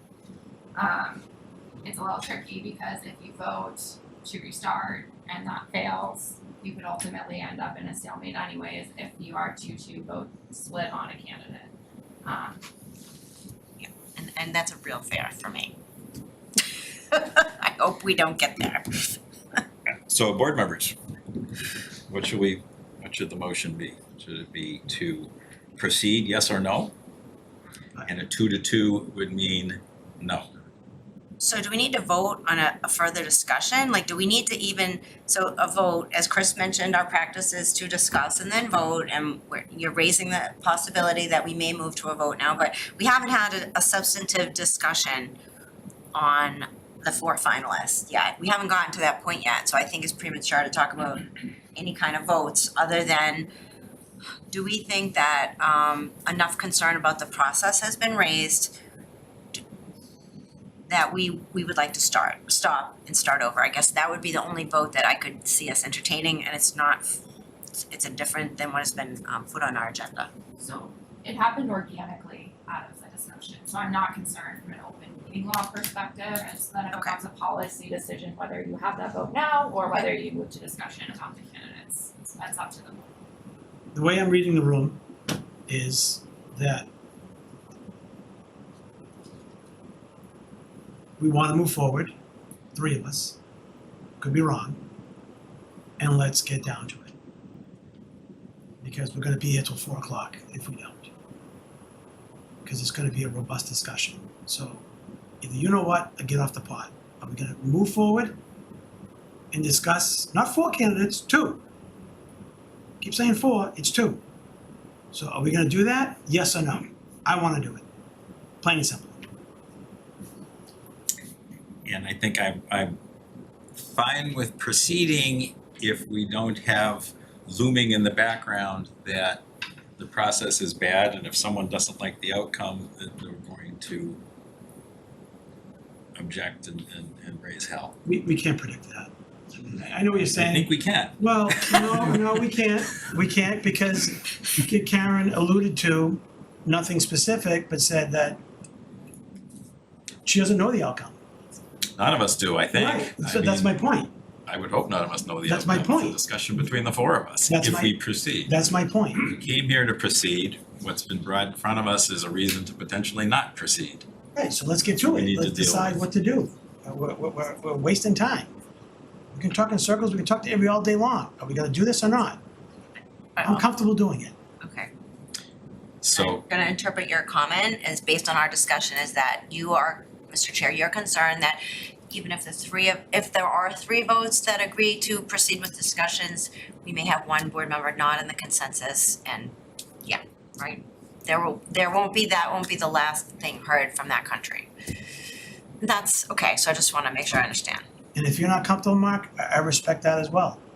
I'm not judging anybody. I'm just wanna get this done, one way or the other. Because we have a lot of stuff to do. We got an upcoming election, we got town meeting, and the list goes on and on that was mentioned earlier tonight. And these fine people are waiting for us to make a friggin' decision. I, again, am fine with it. I am challenged with someone challenging apparently my integrity and the integrity of the process as a result. And I'm not comfortable. You can take that offline if you want. I get it. Okay. I'm not, So straw poll really sounds like we're in a 2-2 situation, perhaps. It's not clear to me at a straw poll that we have 3 votes to do anything at this point. Chris? Thanks, Mark. I'm okay with moving forward on a discussion. I'm not saying that if it goes one way or the other, I'm blowing things up, or I'm not using that terminology. I'm fine with having the discussion. I still think that, I'm not rehashing it. I'm fine with moving forward with the discussion. So I'm going to interpret that as you're not saying that you're questioning the integrity of the process, such that you're willing to move forward at this point. That's like a complete 180 way of explaining my reasoning. I'm saying that I'm comfortable with going forward and discussing the 4 candidates, if that is what the board would like to do. And I'm fine with seeing if there's a consensus. And if there is, there is. If there isn't, there isn't. I don't know what's gonna happen. I alluded to the fact that I did. How could you know what's going to happen? it's, you are not gonna get me to say something that I am not, So we wonder why it's hard to get volunteers in the community. believe me, Mark, I couldn't agree with you more. And the reason why there isn't volunteers in the community is exactly because of this situation. I know that. And I've been trying to solve this exact situation for the last 3 years, and it doesn't matter. It doesn't matter because things are still continuing the way that they have for the last 3 years, regardless of what I've done, how much good I've done, how much insignificant stuff that I've done. It doesn't matter, Mark. So you've made your point. Thank you. I think what we need to do is we need to take a vote that would either allow us to proceed with the discussion or stop it. I agree. Okay. So the motion that will need a majority vote sounds like should be move to continue. Just get these.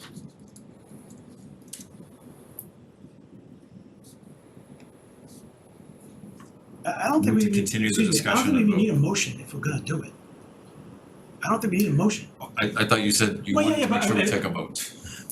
I mean, it's on the agenda, just got, all right, yeah, you're right, I take that back, I sorry. think we need to I have a take it vote. back. I take it back. forward. Okay, yep. So would that be a motion to proceed with the discussion of town manager candidates? Discussion and vote on appointment of new town manager. Yeah, I wanna proceed with the discussion, I'm not sure. Yeah, I don't think we're ready for a vote on appointment. Right, so no, Oh, the move okay. is to continue the discussion, sorry, move to continue the discussion and agenda item regarding the new town manager, how's that? Yeah, that worked. So moved. So is there a second? Second. Okay, any discussion? Okay, all those in favor, raise your hand, please. Opposed?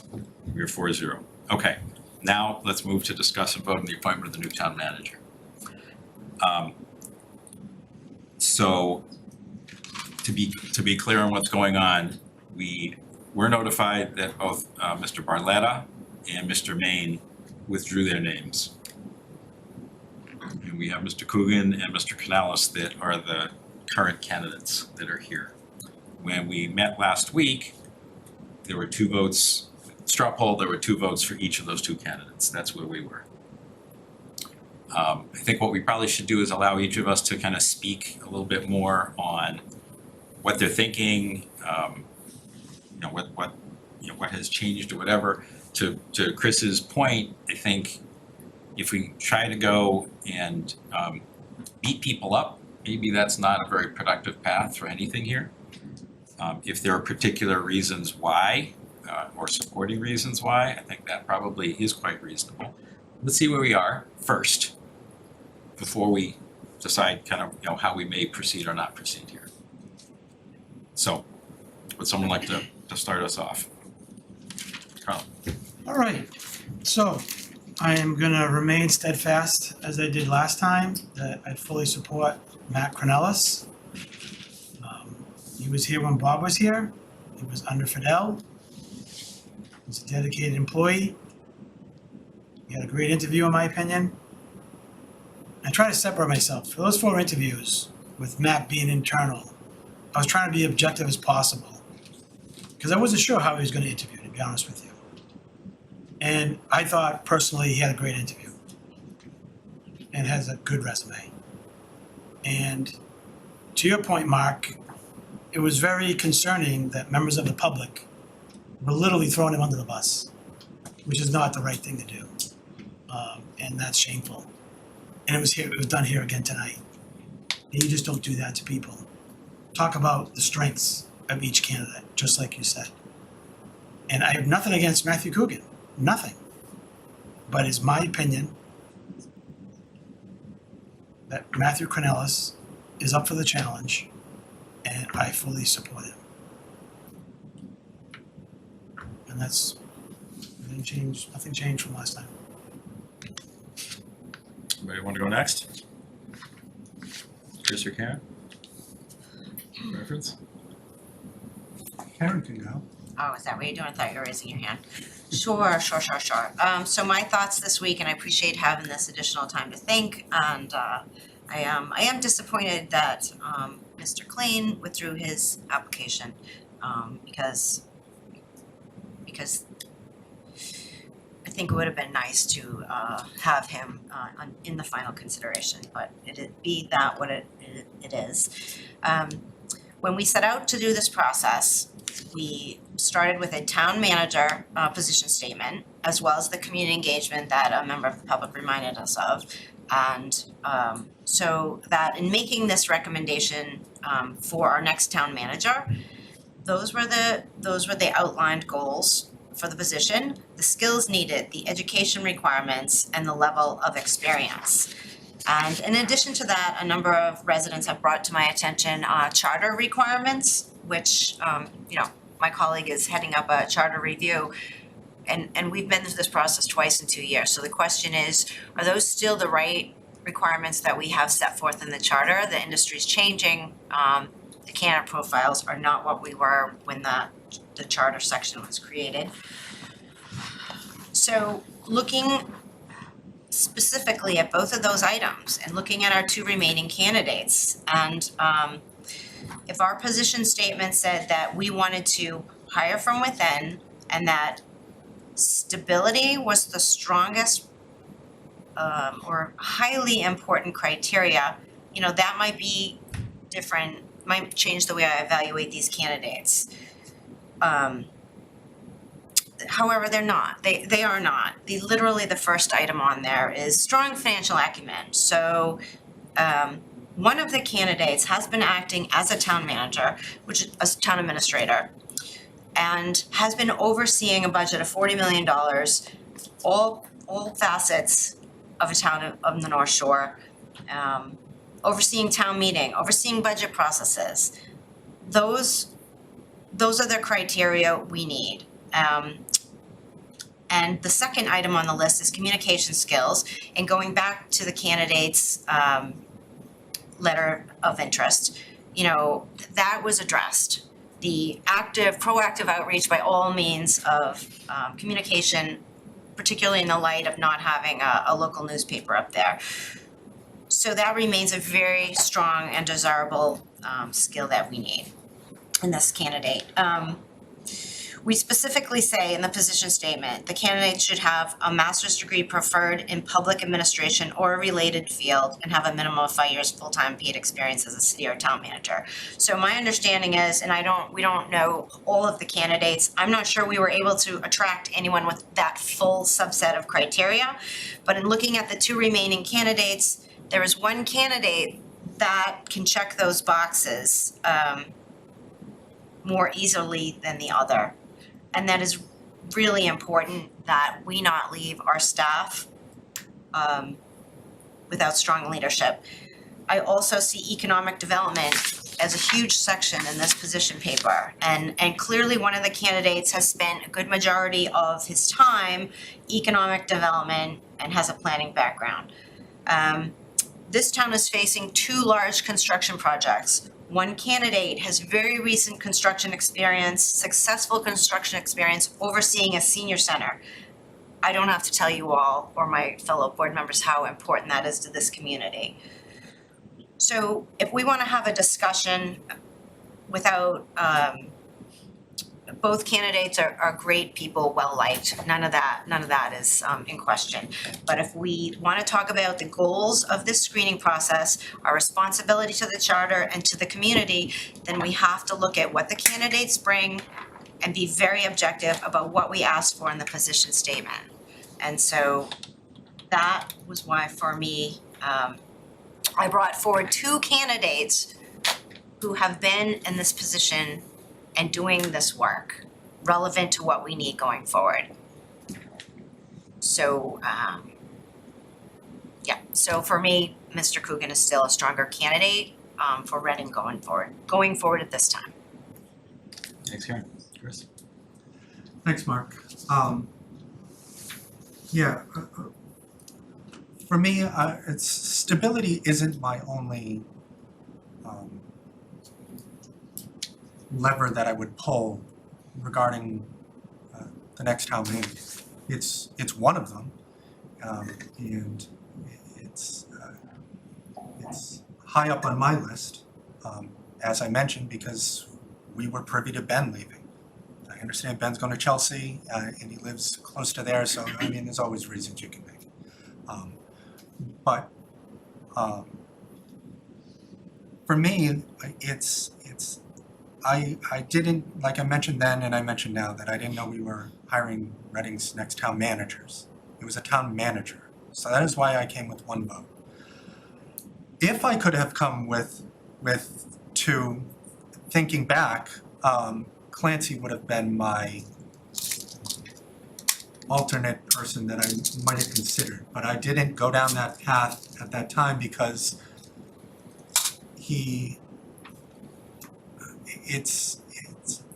Matt checked all the other boxes for me as well. But then seeing Clancy withdrew, I don't want to say that it's good that it happened, but it's more of that my intuition of not going with him in the first place was correct. His reasons are his reasons, it is what it is, but he did have half the votes up here, sort of, kind of, because if I said Clancy and Carlin could have did whatever, that kind of sort of would have been it. And he was that close, yet here we are. So for me, my intuition usually is pretty good. So I did speak to Matt Coogan over the phone. I did speak to Matt Cornelis also as well, subsequent to our last meeting. And I asked Matt Coogan, hypothetically, if the process was started over again, would he reapply to Reading? And he said no.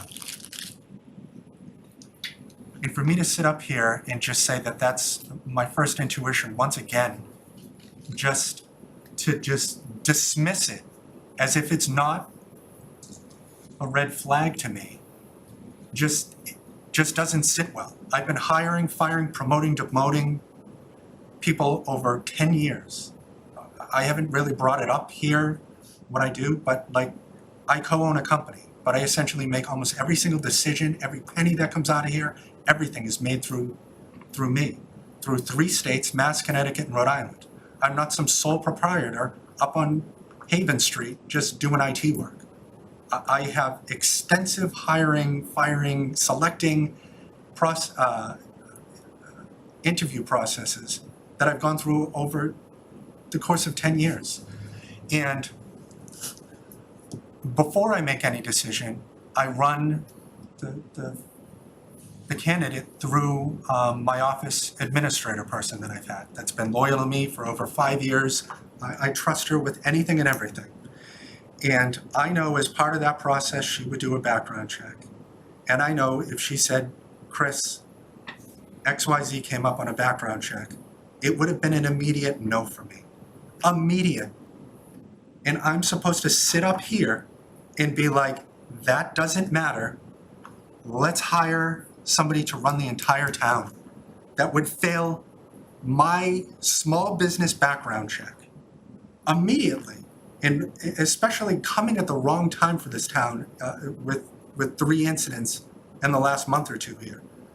So for me to sit up here and just dismiss that, regardless of what's on paper, how somebody presents themselves well with their resumes. I mean, that's what they have to do, obviously, in the beginning aspect.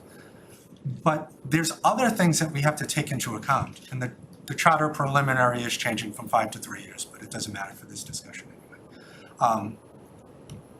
But just to go back to a previous comment as well, that if I was a CEO or if I was an NFL team, that I would pick so-and-so for a quarterback or to lead the company. Probably. But the issue with that is the football game wouldn't have started on time. There would have been a 30-minute delay. And I'm supposed to just dismiss that as if it's, no big deal. Someone was late to a meeting for 30 minutes. If someone was interviewing for Steve Jobs or whatever, you would go into a meeting and just show up 30 minutes late. You think Steve Jobs would be hiring that person? No way on planet Earth. Yet we are supposed to. Why? It doesn't sit well with me. It's not always about the big things. It's the little things for me. And I always make sure when I have bids due with deadlines, et cetera, that are due by 2 p.m., I don't leave at 1:30. I'm leaving at 9 because a breakdown, et cetera, need to take an Uber. My stuff's getting in on time. And I've never missed a single one. And one of the most important decisions, interviews of your entire life, you're going to be late to. Nobody is going to agree that is acceptable. Except here we are. Because it's Reading. It doesn't sit well for me. So I'm going to read a comment that we all received. What do you call it? The other day to our email. I won't say who it's from, but I'll just end with exactly the points that I was making before. That the town has gone through a lot of change. It's time to put politics aside and bring some stability to the town. It's time to show the staff that hard work, dedication, and commitment to the town does not go unrecognized. Matt Cornelis has shown all of those things and more. Though the other candidates may look good on paper or interview well, none of them have been in a position long enough to show any kind of those things. I feel confident and comfortable in saying if you were to poll town staff, an overwhelming would feel that Matt Cornelis should be the next town manager. Basic management courses teach you should always be training the people under you to take your position. It's one of your primary leadership responsibilities. I believe Fidel did just that, and he did it well. And I could not agree with this person more, that Matt Cornelis has been here for 10 years. There's not a period after that. There's not that this is the reason why that it's happening. It's good if we can promote from within, absolutely, but sometimes you can't. If someone doesn't meet your qualifications, it is what it is. So there's no period at the end of that. And I also want to say that I have never uttered the words of anybody, I think, that so-and-so is a nice guy. Because to me, that's something you do when you're like dating and trying to get somebody to like you or whatever. Like I've never said that about anybody. So for me, the experience that Matt has been here, the dedication, I didn't have to poll town staff. I spoke to them. A majority of them do want Matt Cornelis. I spoke to residents at the senior center during the Valentine lunch, someone that's watched meetings longer than I have. And they were, their opinion was also that Matt Cornelis is the one. I know that we can go over a litany of other items of why Matt or Matt, et cetera. But for me, he has just as much, if not more, municipal finance experience with 4 years. He also has 12 years total and similar experience by virtue of his 5 years as chief of staff, even though he mentioned that during our interview here, not in his resume. He has 7 years with the town of Reading, and the last 2 as a department head, assistant town manager. And more importantly, he detailed the story of how he was working in Methuen in 2008 during the financial crisis, and how he and the mayor had to make that decision on balancing the budget and negotiating contracts with unions to take pay cuts at that time. So this is invaluable experience that, doesn't get put onto a resume that because you were here in 2008, I completely forgot about the financial crisis back then. The list goes on, and I understand that, Mark, you've given me lots of leeway to speak, and people want me to start talking, I understand. But for me, it's Matt Cornelis, and I believe his resume, his past accomplishments, and everything that he's done for this town has put him in the best position to be Reading's next town manager. And since I said I spoke to both Matts, I did speak to also Matt Cornelis to attempt to come up with a compromise, because I understand the hesitation of certain board members not thinking that he's up to task, he doesn't have this, he doesn't have that. I understand. I believe they're warranted. That's why I spoke to him about potentially only having a year contract. And that's something that he would consider as well. So with that, Mark, let's turn it over. Thanks, Chris. So first an observation and then some comments. So the observation is maybe our process was a bit flawed here, because it actually sounds like had we all had more of an open discussion, we might have found a candidate that all four of us favored. And it sounds like you brought up that there was one. And so you saw it as kind of a mistake, but I think for a different reason. I saw it perhaps as a mistake that we probably had consensus. But unfortunately, our process didn't allow for it to take place. So that's a shame. That said, here we are. So it isn't an issue of good people. We've got two folks that have covered that wonderfully in their respective communities. It's an issue of philosophy, it's an issue of leadership, it's an issue of direction forward. To Karen's point, what did we ask for? I won't read the whole statement, but I want to highlight a few things. Innovative municipal manager with strong communication skills and financial acumen, with a commitment to assisting the community complete major goals such as the school and senior center. And it goes further to talk about state mandated transition to green energy. The next paragraph. The town manager needs to recognize and be empathetic to citizens' concerns and be supportive of the community's active volunteers.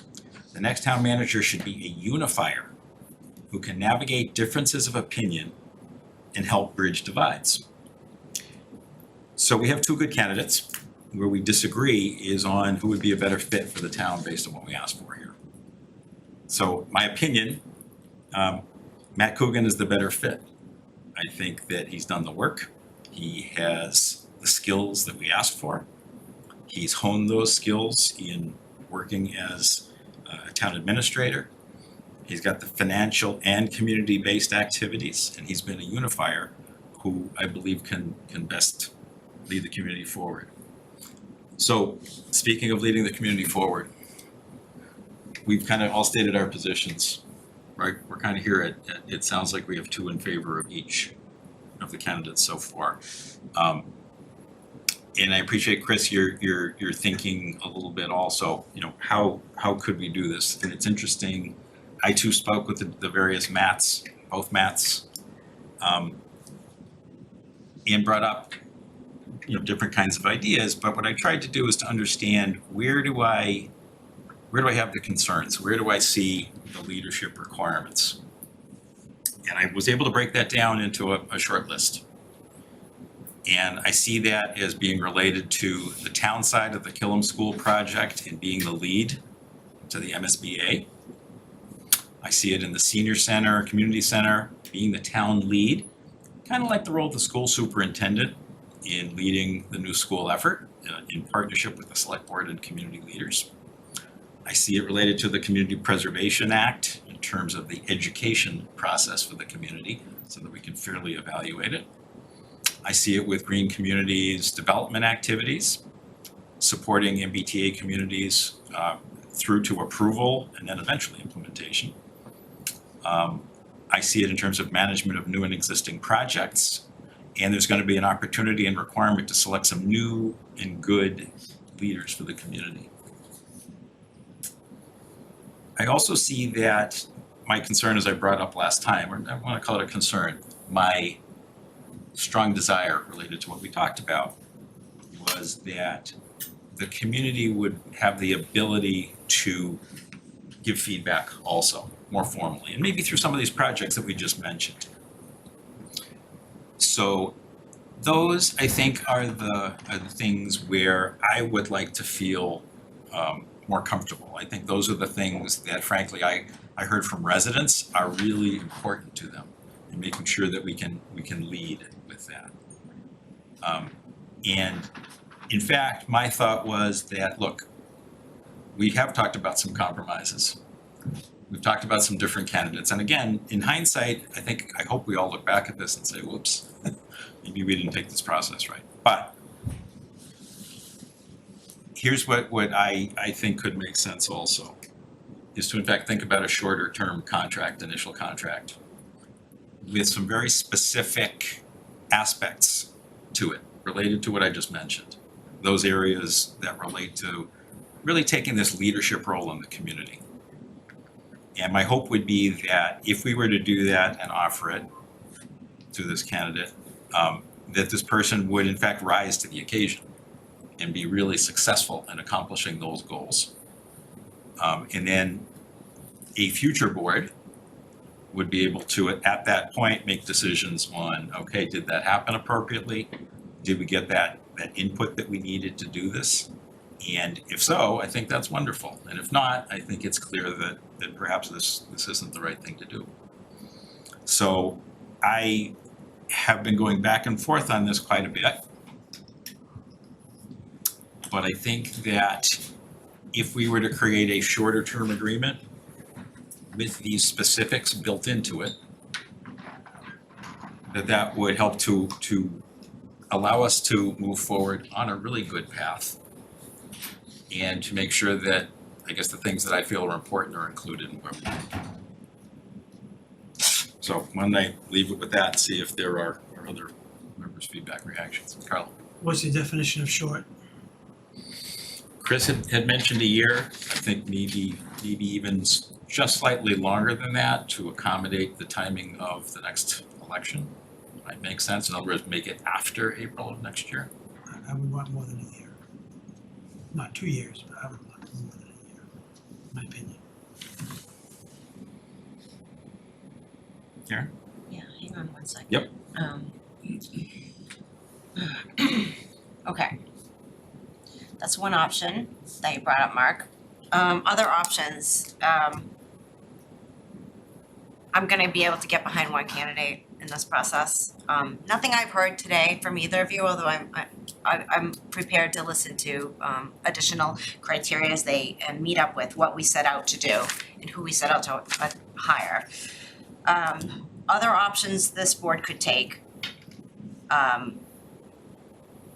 We could hire an interim town manager as an outsider. We could bring in a professional person. We could engage the services of the consultant to help us do that. We also could restart this process when we have a full select board. We're down to, we're missing out on a candidate that, I agree with Mark, we had some consensus on. And so there was a flaw in our process that we didn't get to really have a full discussion of more than 2 candidates. So I seriously doubt I can get behind a short-term contract for a candidate that I don't believe is the best solution for Reading. But I did want us to know that that is not our only option, although it's certainly a valid one.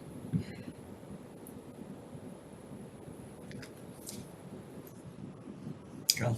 I am not in favor of an interim at this point. Yes, so for me, that leaves 2 other options.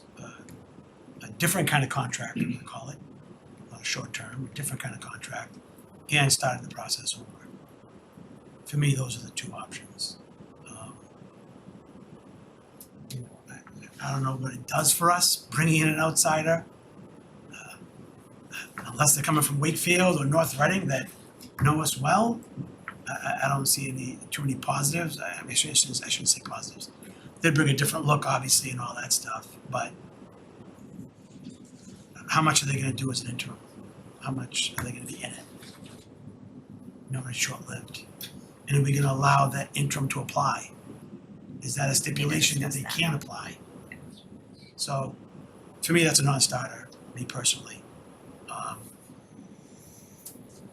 I'm okay with, if the candidate agrees, giving Matt Cornelis a different kind of contract.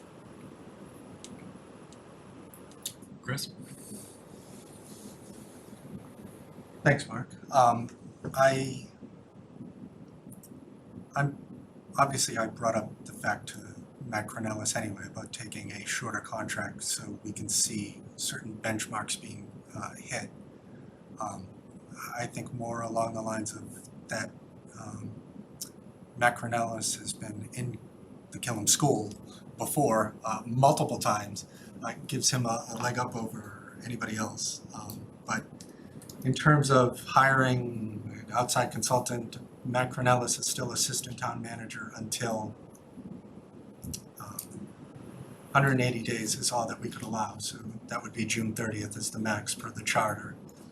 Because the language in it says that we shall appoint a town manager, not we may, or I understand if whoever we're gonna do withdraws or does something, I understand this leeway. But he would still be here for 180 days if we wanted him to be. So I'm not okay with just hiring an additional person. I think that Matt is that person that we already have regardless. So, although I think it's really interesting to think about an interim outside person that would allow us to reboot the process, I think that it's too important. The next 12 months are really critical for this community in terms of taking stuff forward with the projects we've mentioned and I'm sure many others. And I think that I would be willing to give Matt Cornelis the opportunity to work with us and make this really successful, armed with some very specifics as part of this contract.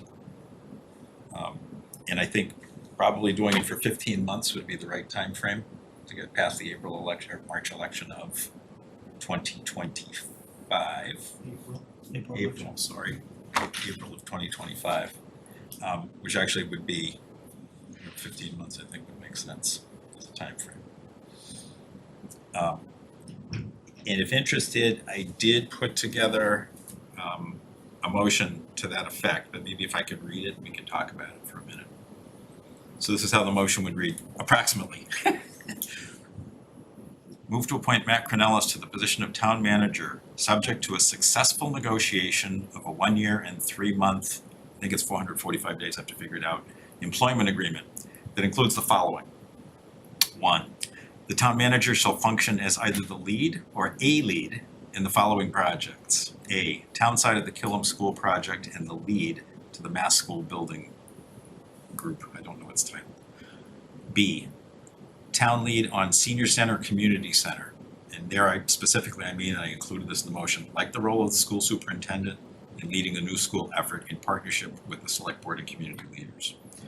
C, Community Preservation Act education process. D, Green Communities development activities. E, support for MBTA communities program approval and eventually implementation. F, management of new and existing projects. G, strong selection of new leaders for the community.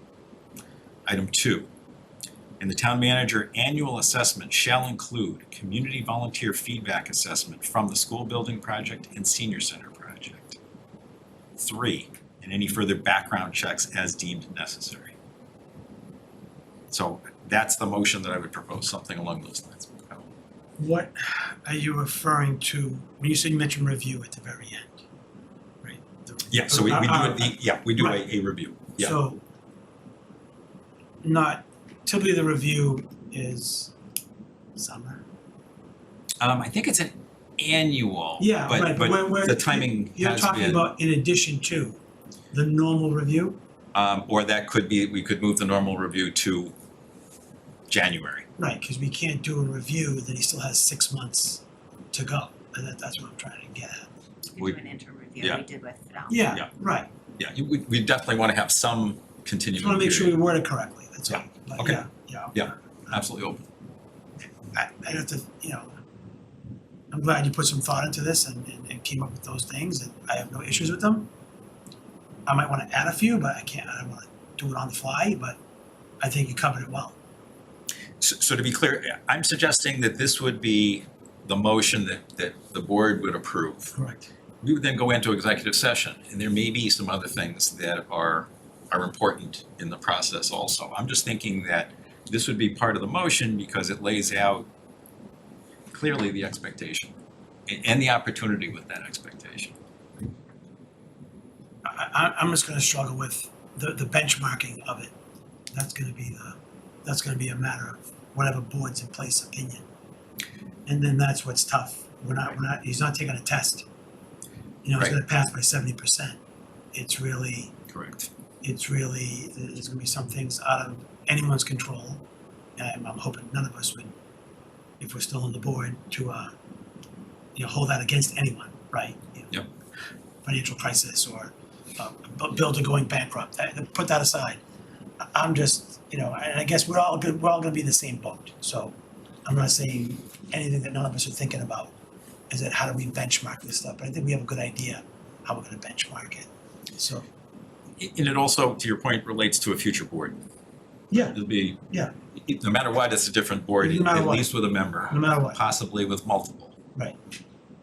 So I am okay with going that route and having a more discussion in executive session and how we, try to word it better if we can without screwing us and screwing over, Yeah, this would have to be an opportunity for the community, an opportunity for Matt Cornelis to step up and get done what we need to get done. And I think that, we talked about finding a compromise. We're in a tough spot. The other option that I think that's realistic is to say, let's reboot. Let's just say we're not okay with where we are, let's reboot the whole process. And I think that would have to be, once we have a new board member, we're at 5, I think it would only make sense to do that. And then it's a few months after that. And that's kind of right in the peak of where all these things are going on, big time for the community. And I have gotten myself comfortable that if we, I think, can Matt grow to these things? I think he can. And I think it'd be good to give the opportunity to do that. And I think these to me are the key priorities, where the community has said they want to go.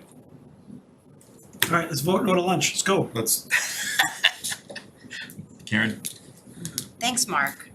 So this proposal that you've outlined is confusing to me because 50% of this board has already outlined that they believe one of the 2 candidates is better qualified for this position, but this proposal suggests that you, in particular, ignore what you objectively have outlined are their criteria and the candidate that best meets them in favor of a solution to a candidate who doesn't meet these requirements. So that I'm having a real problem with that. And one of my concerns is that it's not fair to put an unqualified candidate in this position to fail. I have never done that to anyone I have ever hired. And this goes back 25 years. So I would never do that. When we brought on our previous town manager, it was a lot of work to do the onboarding, to help him understand the town meeting process, how Reading makes decisions. But he did bring in strong financial acumen, understanding of going after grants, understanding of how to have public engagement. In my mind, that is too much for the candidate you're proposing to take on and be successful. And furthermore, were he not to be successful, there's no place for him to go. By that point, we would have filled his position. So, faced with this reality, I think we've lost a valid candidate from this process, unfortunately, and that we need to restart this process with a full select board. And it's not a preferred outcome, but I think it is preferred to putting in a candidate who is not prepared for this role into a position where there's a high rate that he or she won't be successful, which would not bring stability to our town government and would furthermore have a real impact on important projects they were working on and morale throughout the community and town hall staff.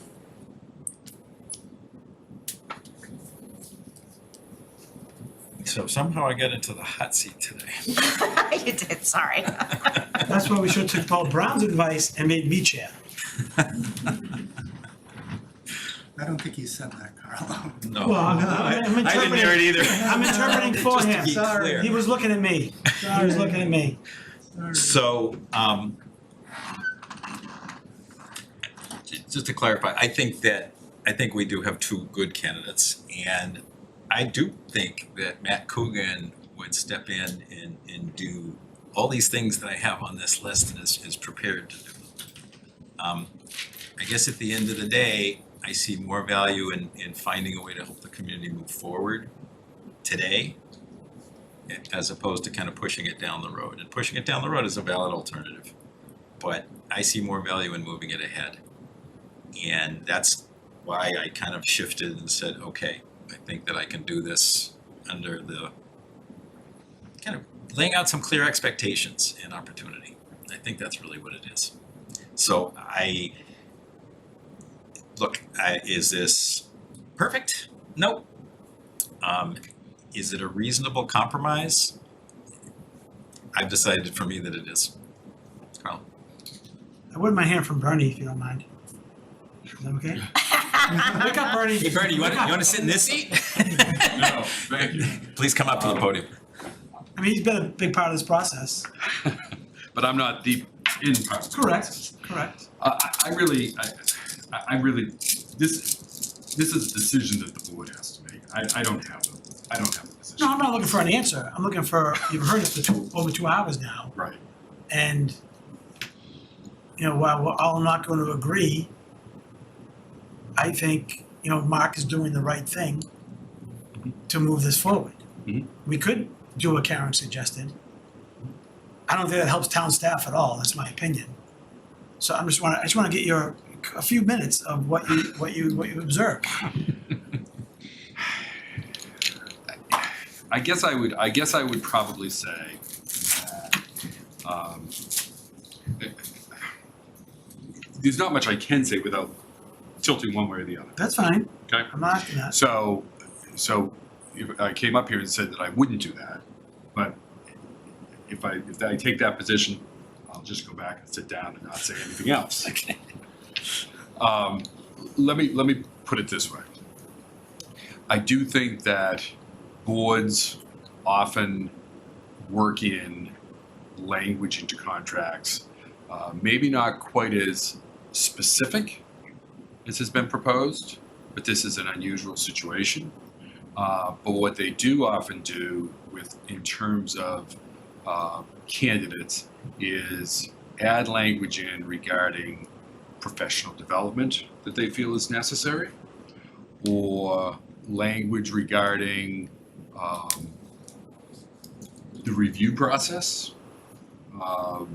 And I believe we did that here in Reading last time with Phil. Actually, I think we did it on both counts. We did it in terms of his professional development and in terms of the 360 review process, which had not existed prior to that here in the town of Reading. It does exist in a few other communities. And oftentimes it's a decision to put something like that in. So along those lines, I think the proposal that has been set forth is something that boards look to do when they're trying to find consensus around a candidate. The suggestion of going back out is certainly another option. It's not something that I think you can do, and I haven't heard that you're going to do it right away. You're going to wait. You would wait until a fifth member is here, and we have seen that happen in one other community where it was a 2-2 vote because one member had stepped off, and they made the decision to wait 7, 8, 9 months to go back out. They have not yet done that, but that's their plan. So that makes more sense than trying to do it immediately. But the concern that you might run into with whether you do it, certainly whether you do it right now, but even if you were to do it a few months from now, is I'm not sure what kind of pool you would have of candidates. You had an extremely strong field of candidates to start this process. I would argue probably one of the stronger fields of candidates we've seen for any community to have in your finalists. And you're down to the two candidates that you have before you now. I don't think that you would necessarily find a good number of people. It's possible, but you may not have a good number of people. Certainly, you would have some of these candidates coming back, and you wouldn't have outside candidates necessarily coming back. One of the immediate questions would be the internal candidate, whether they're going to be there. I've heard it mentioned that if you were to hire an interim, you would want a condition on that person that they would not be an applicant. That is something that many communities do right at the outset, is that they do not appoint someone to an acting or an interim position because they want to make sure they get a full field. And if that hasn't been done, that there's a restriction, then the pool shrinks up a bit as a result of that. So, but that. I don't think we're going that direction. Thank you. Right, Thank you. but that is passed. Yeah. So how's that? Did I fill a few minutes for you? No, I honestly forgot because we're just, it's been such a fun 2 years that the professional development aspect. So right, that was a very good point that you brought up. And I think we would all agree. So I think it's a reasonable. Yep. It's a reasonable. Solution. Okay. Thank you. Chris? Thanks, Mark. I said it at our last meeting, and I will say it again, that this board felt confident in 5-0 voting Matt Cornelis as interim town manager. I understand with stipulations, we added 6 or so, 7 guardrails, et cetera, but we still did it. We could have did it for anyone, but we entrusted Matt to do it. So that could have been for up to 180 days. It could have been for whatever transpired. We had no clue of knowing. So for me, it's still like we felt confident then, and we're gonna be up here. And I appreciate you saying it, Mark, that you feel confident as well. And the compromise is there as well. And I said it last meeting, I will say it again, I don't want to see Bernie again. It's nothing against him, it's I like the coat though.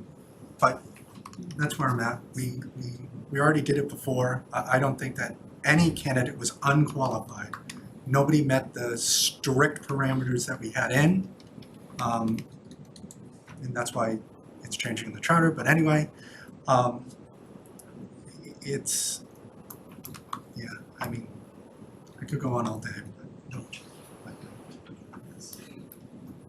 So thank you.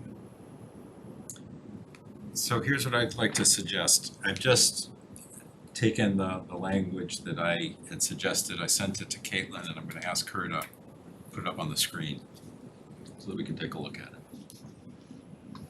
So Caitlin, you should get an email from me right now. Avery, you're copied on it too.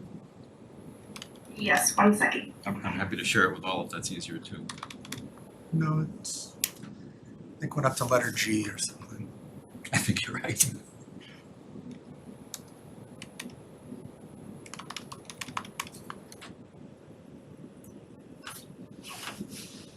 That's it. It's good for me. Do you guys want a little bigger? Yeah, if you can make it bigger if possible. Let's see. You probably have to copy paste it into Word. Yeah. Yeah. Do you want me to send it to you as a Word doc instead? I can do it real quick. It's gonna be a formatting mess, sorry.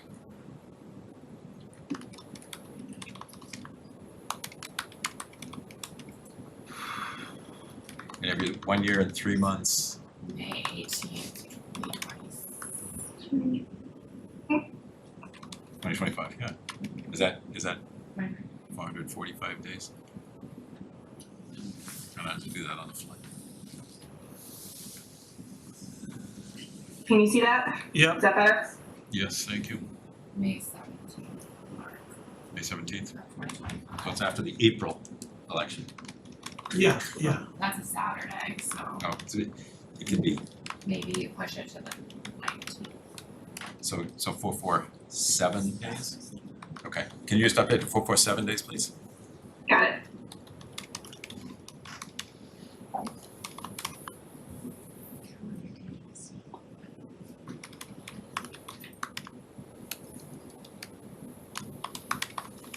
Can I ask 60 and 90. a question? Sure.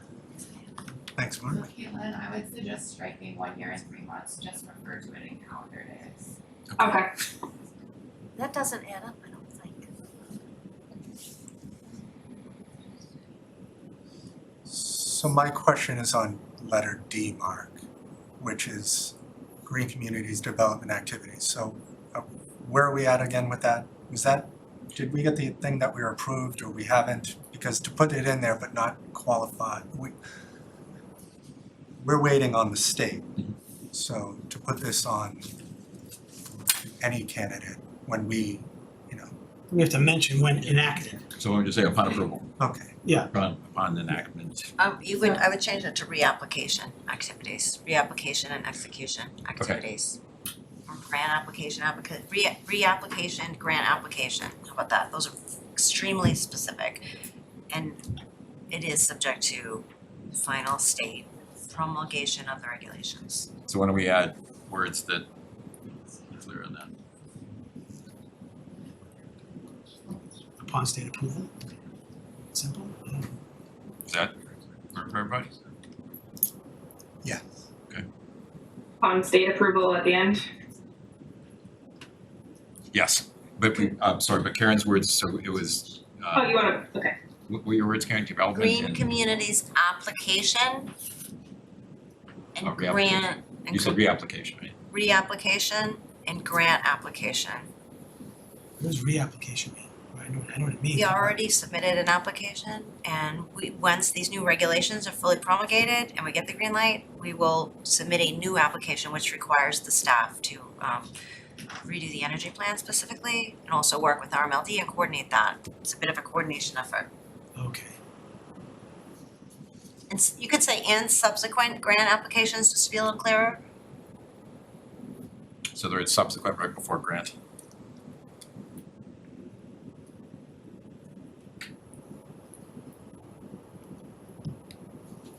Any other, Chris? My only point about putting the grant thing is I would just be under the assumption that town hall in general, as well as the town manager, is always looking for any grants that we can possibly get.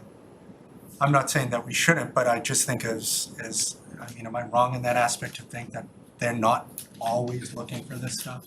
I don't think you're wrong. I think the issue specifically here is the first sentence, lead or either be the lead or a lead. In other words, it's driving, not. Okay, yeah, not all right, reacting. that's good, yes.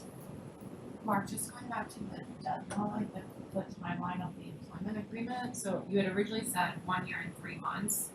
365 plus 90 would be 455 days, 450. So I did it on the fly, sorry. Okay, alright, so Didn't we calculate. did, that's okay, I'm just trying to figure out, so if it's 455 days from next meeting, because you won't execute the contract this meeting, it's likely gonna be next meeting on the 27th, you're looking at like May 27th, around that time period.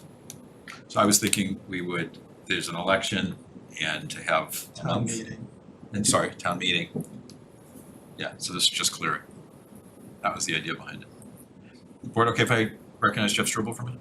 As a point of information, we were talking about directing the next town manager to be the lead in any of these building projects. You might be running afoul of the permanent building committee bylaw, which really puts that in the purview of that committee, which was established just for this purpose. You do have representation on that committee, but I think maybe a lead is better than the lead, so. Got it.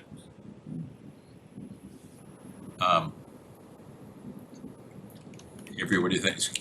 I tried to D-lead or A lead. I wasn't thinking bylaws, but I was thinking more Well, the that's- reality of that's things. when you get that bylaw, so. Yeah. There's no, it's an independent body doing these projects, not. select board, not school committee. It's supposed to be a town-wide body, and that's who's gonna be driving it. So, but I mean, you do have, because of you're sponsoring it essentially, you have representation on it, but the actual quote-unquote lead or, directorate of it is by the committee, not by the town manager. Sorry, you could if you wanted, I think a lead covers a lot of what was just addressed, but you could put the lead, a lead, or otherwise assist in implementation of the following projects, notifying him that he should do all that he can to carry these projects to their end goal. So I'd be fine with that if the word actively were added.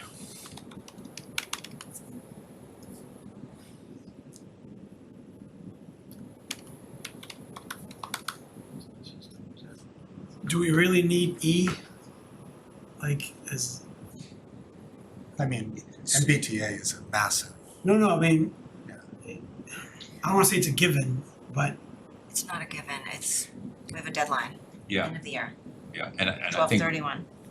think this is a big deal, I think, in working with staff to get to the finish line. no, it is a big deal. I'm not saying it isn't a big deal, but it's like, I think implementation is, I don't wanna say it's out of the town manager's hands, but it's CPDC and town staff. I mean, yeah, they gotta drive the bus, but something goes sideways in November, town meeting, how is that fair to the town manager? That's his role, we're the select board, No, he town meeting, administers. no, not town meeting, no. I'm talking about town I meeting said in his, November. implementing MBT communities isn't, I'm talking about the vote in November. If it doesn't pass, are we gonna blame the town manager for that? No. So would we require a town manager to be up there leading this effort and coordinating with all of us? Absolutely, I think that's where Mark is trying to go with this, on all of these items. Could I suggest, what if we just add the words at the back, upon approval? Eventually implementation, upon approval. So in other Yeah, words, I don't want something to go bad in November. And it's so-and-so's fault. I mean, when we vote. yeah, the point of all of these. I get it, Yeah, I get okay. it. This is I what's get in it. front of us. I just don't wanna, and again, that's it's semantics, right? But I don't want one of us to say in the future, or a future version of us to say, hey, we didn't pass MBTA communities, you're out. So what we're doing is setting goals for a town manager, a one-year contract, so that is how this works, and when the review comes up, were these goals met, we have to evaluate the town manager, that's part of our role. I think they can both work. I think that it is getting it to town meeting, ideally getting it through town meeting, because it takes stewardship, right? Correct, yeah, I And then assuming that it does go through, to work on whatever aspects he would be responsible for to implement it. I totally support that, I just, we know how a town meeting can go. Other feedback? Yes. The Community Preservation Act education process, the timeline we've been speaking about since 2022 when Fidel come on board and did his initial outreach was that, and in bringing in the outside consultant or whatever that group was that the best chance of success is to have it ready for a presidential election. That'll be November of 2024. An education process is not what we're looking for at this point. That's what we have been doing so far, the work that Ben did, the work that Fidel did, and the work, I think that's about it. So I think we've been doing the education, but at this point, and I believe it was scheduled for our next meeting, we need to take action. We need to create a committee. We need to do all of the work that needs to be done between now and November, including town meeting approval, to get that done. So I think we need to work on this item. Could we add, Community Preservation Act education process, and presentation to town meeting upon board approval? Alright. Mark, may I jump in? Oh, sorry, please. In order for that to go on the November ballot, it had the the question has to be cleared and gone to the state by August 1st. Thank you. Okay, so let's time bound it. So the first action actually is us. And I think it's on our agenda for Feb 27th. We have to either approve or not approve the committee. right? So if the committee is approved to explore this, the point of this is to take it forward and to lead the presentation to the community in time for the November ballot. Good, yeah, that's it. So can we, so there's a process and presentation to community in time for November ballot, comma, November ballot, comma, upon board approval.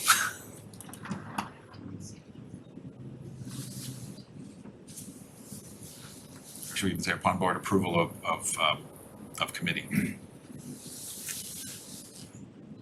Isn't town meeting after the election?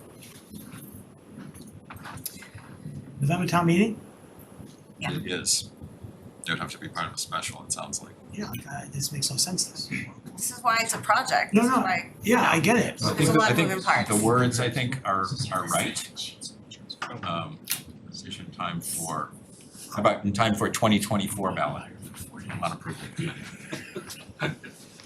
Yeah, because that has to go on as, Yeah. they wanted it or not, they encouraged a November ballot election. Right, it's in a special town meeting, not special Yeah, sorry. election. Yes, sorry, thank you, and, because much better, right. So actually, we should leave it as November ballot, as the structure. Would require a special town meeting to accomplish that. Yeah, it would. That's the process It we're would. trying to get to. Yeah, it would. But there may be 3 reasons for a special town meeting, at least. Right. So do we need to word that or just leave it open? Conduct any special town meetings. Do we need a new one? Did you want to add in time for special town meeting and then November ballot?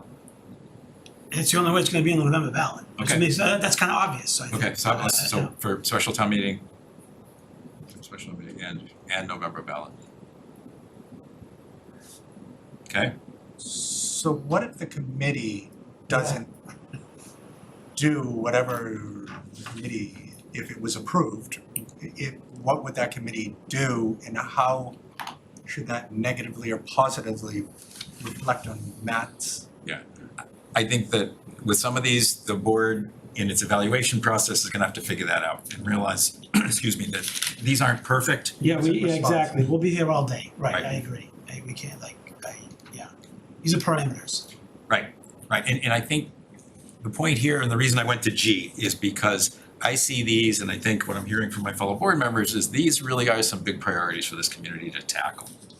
And my feeling on Matt Coogan was that he was ready to do these, and I wanna make sure that Matt Cornelis is ready to do these, and will do them. That's the reason they're here, That's your opinion, but okay. which I'm sharing. Well, if you say it's your opinion, don't say, don't do that to him. That's not fair. That's your opinion. Don't say that he can't do these things. You said that's your. Oh, I'm sorry, no, my point is, he can, and this is kind of the specific guidance. Right, you alluded that he wasn't ready for any of this in your statement just now. Sorry, what I meant to say, to clarify, is that I think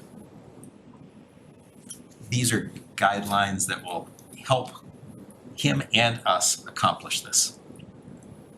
That I'm sounds, making it clear. that sounds better, thank you. Sorry, didn't mean to do it another way. Make one point. So, no policy position I'm taking, is from a legal standpoint. If you go with option, number 2 here, those feedback forms will be public records.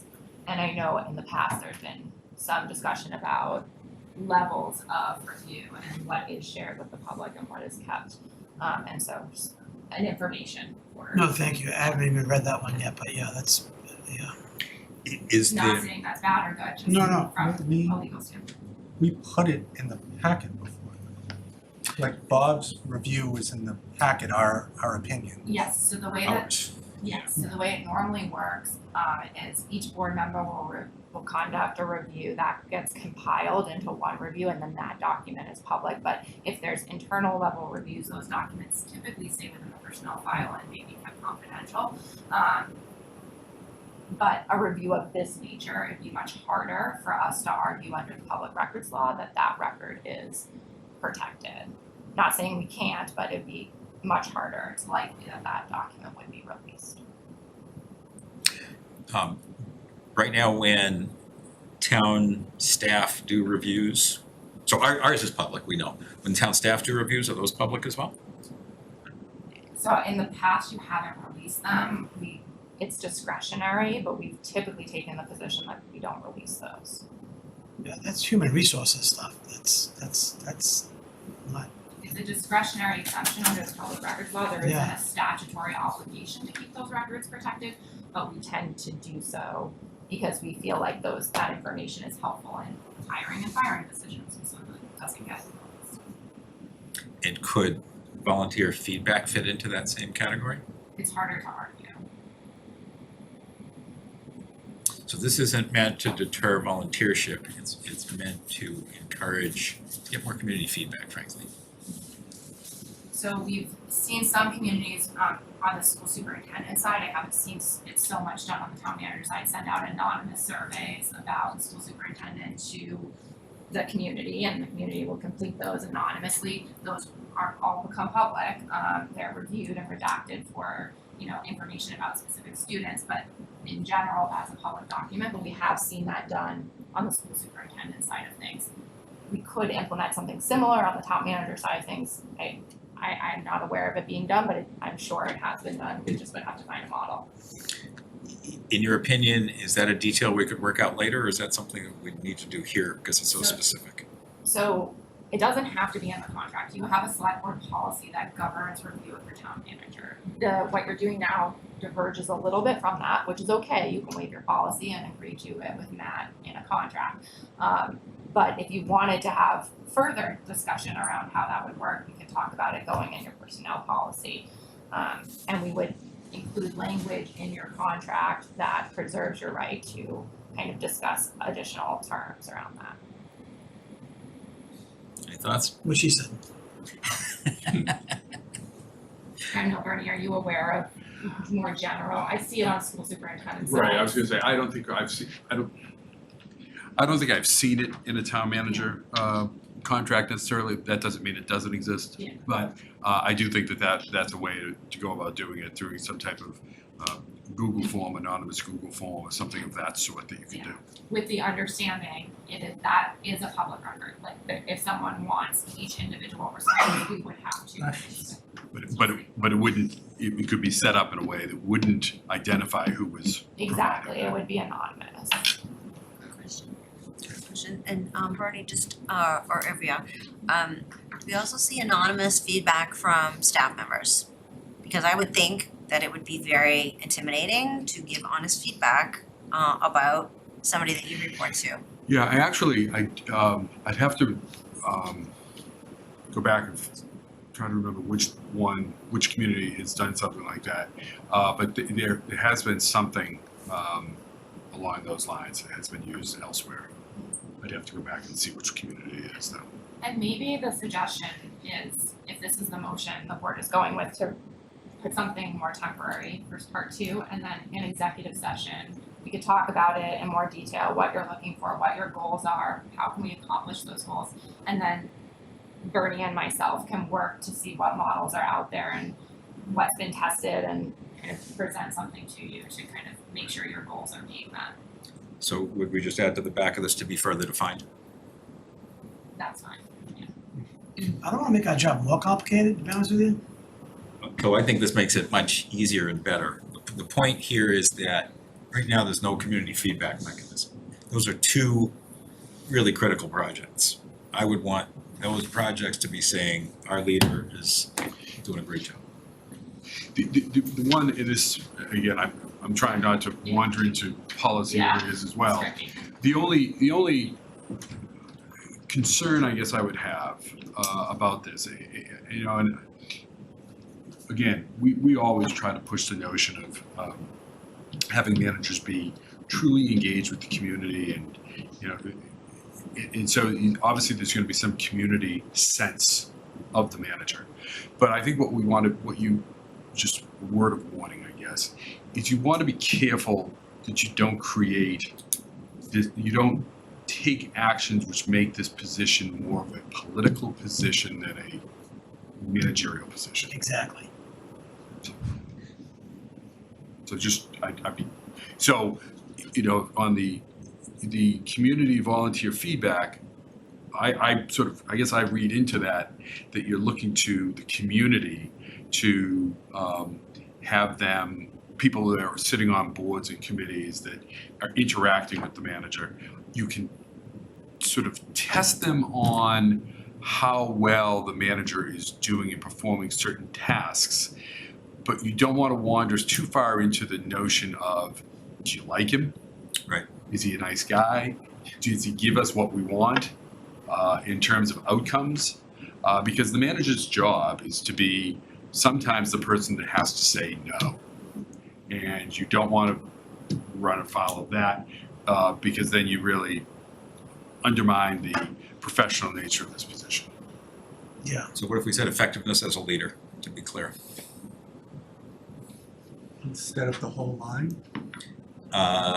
So include community volunteer feedback regarding effectiveness as a leader of the school building project and senior center project.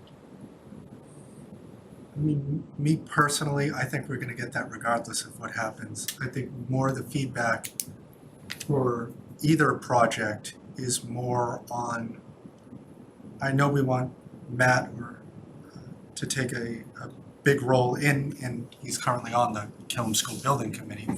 But for us to put something on there with feedback with that, I don't think that he would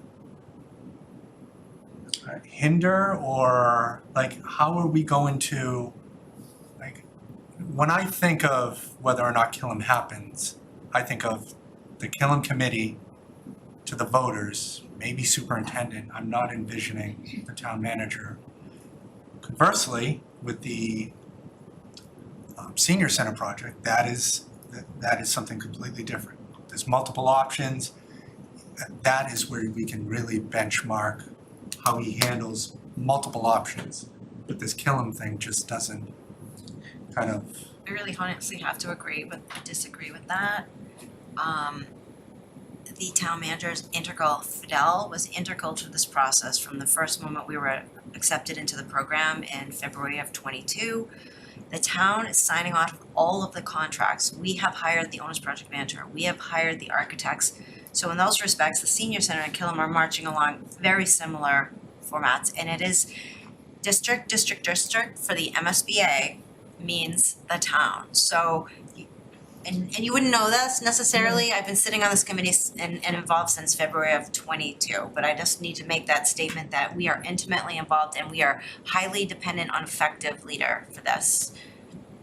I agree completely with that. The stipulation is this is now community feedback as opposed to, like, did the community know about anything for the last year and a half that Fidel was doing or whatever? Most likely not. Are we knocking Fidel for that now? Of course not. In relation to us and with what we know going on, absolutely we can benchmark that criteria. It's more of the senior center thing is multiple options. So I'm not gonna hinge this on that. I just think that it's two completely different areas. One that is, whether he's spearheading and being integral, like Karen had just mentioned, but that doesn't come to the community feedback. It just doesn't. The other ones definitely are going to. Would it help or hurt if we made this part of, we already have in our policy, and we'll talk in executive session, a 360-degree review process. To be truly 360, that's part of it. Otherwise, it's not really 360. I'm just worried about the political aspect of it, like Bernie said, that's all. Well, making things anonymous, you know. That makes it worse. And we can work with staff to say, here are specific, we can be very specific to ask for very specific non-personal information. I hear what you're saying. It has to be very specific. So I'm fine with this as long as, like, it can be tailored down to. Yeah, or maybe even add to it, to be further defined.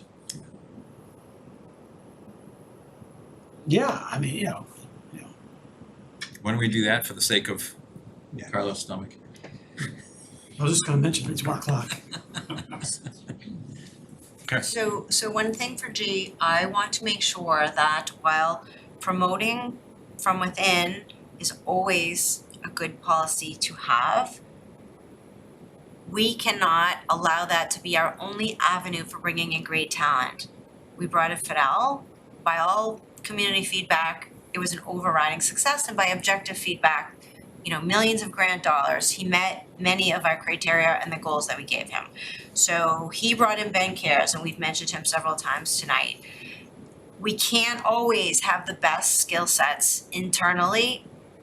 I think we need to be clear about that, because I think this town manager selection process went off the rails, and I heard too much about a candidate standing before of us who's been loyal, this, that, and the other thing. And I think we've done a good job of promoting a lot of folks within. And when the candidate is appropriate, we should absolutely do that. But I want to be really clear that we're not just going through the motions when we look to fill key positions like an assistant town manager. Because that's going to be one of the first positions that needs to be filled after this, in addition to a new economic development director. Those are key roles, so I would like to put in there that we need to be very clear as a select board. We want the best candidate. So would you like to add, strong selection of new leaders for community, considering both external and internal candidates? That would be fine with me. It means nothing, but sure. I think that. Well, then I can refer back. When we're talking about where the goals met, we refer back to it and we say, this is what we said. Because as a select board, we have no say, except with some overview of the chief of police and the fire chief. But we set the goals for the town manager. So that's what we're doing. In my mind, that's what we're doing now. We're setting goals for a town manager. I agree, and I'm hoping that when we entrust our town government, our town leaders, that they're not gonna hire their sister, right? I'm hoping that happens, and if it's something that egregious, we're gonna know. But I know what you're saying, but it's internal, external, most qualified. I mean, it's plain and simple. Well, then you really shouldn't have an objective putting in external and internal. No, I don't, but Okay. it's like kinda, it doesn't mean anything, is what I'm saying. Well, it's gonna mean something when we get to review time. It makes our job easier at review time, yes or no. That's fine. If we leave things ambiguous, it gets very difficult, and it just makes it a longer, more cumbersome process. And I know you wanna eat your lunch. I think we had agreement. Yeah. Yeah, Okay, thank you. great, Mark. thank you. No, I think that, I remember when Sean came before us like 2 years ago, where I mentioned the same thing, are we not just hiring the most qualified? Like, I'm always hesitant to say, why do we even have to say it? Because that is what everybody should be doing, is just hiring the most qualified, and if that's internal or external, I'm fine with that. So if Karen wants to have this in, I'm fine with that as well, because it's at least the spirit of what we would like to see. So. Is that it? So on the end of G, please, Caitlin, strong selection of new leaders for community, comma, considering both external and internal candidates. Yeah.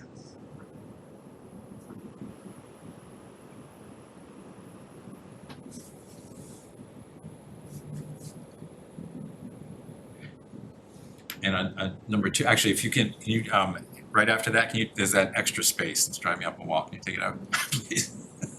Thank you. On number 2, I think what we just talked about is shall include community volunteer feedback session from school building project and senior center project, comma, to be further defined. Mhm.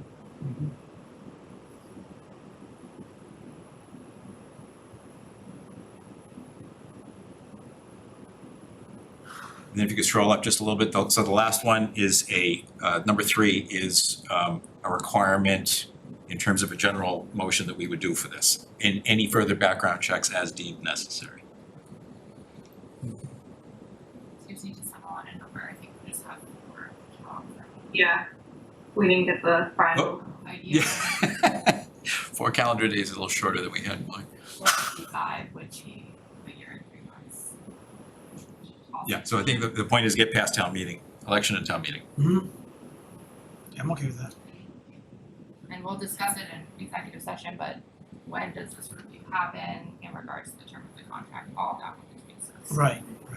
Yeah, that's a critical component. Right, if you're trying to get to the, Okay, Caitlin, is it possible to try to get this onto one screen? Can you, sorry, right below the move to approve, take out, there's an extra space there right before number one. So just up a little bit, yep, right there, take out a space there, nope, right below, yep, take that out. Okay, and then In take it between out below there, number 3, above number 3, yep, okay, and then if you can just scroll to see if they'll all go on one page, it will, there it is.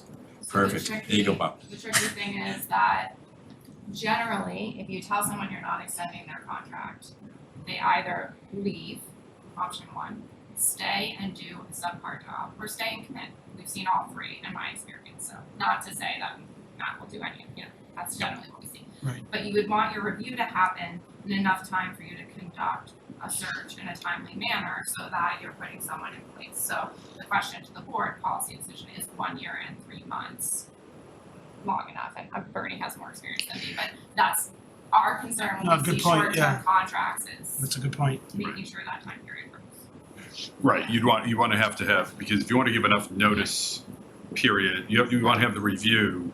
So if you're looking to do, I've heard that you want to try to do this after the election, the contract after the election.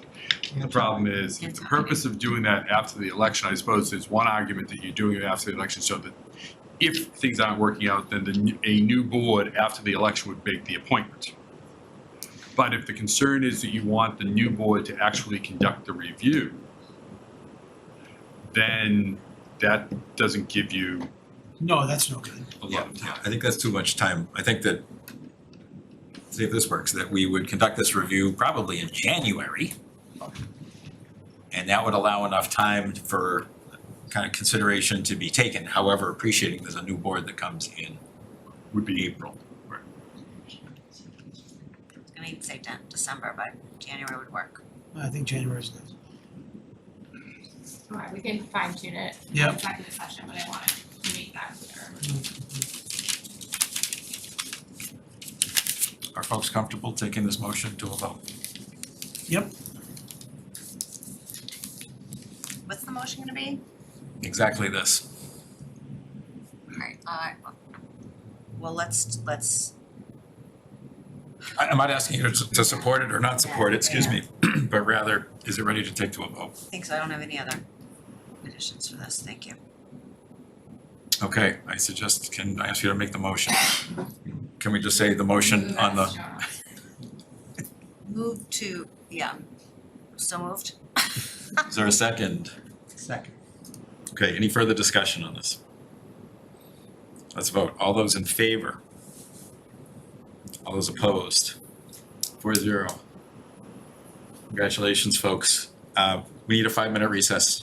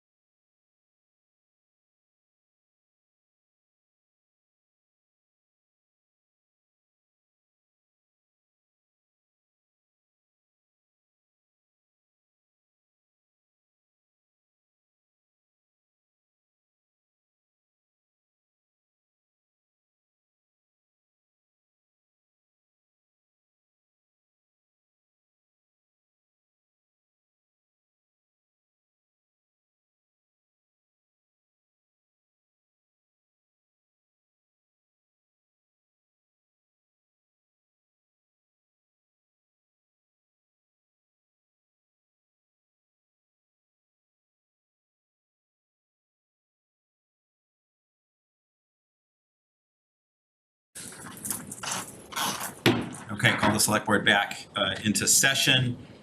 First thing, let's go and finish out the open meeting law agenda item. So I think we need to just decide, so we've discussed it, obviously, in some depth. Is there any other comment that we wanna add in terms, so we need to file a formal response.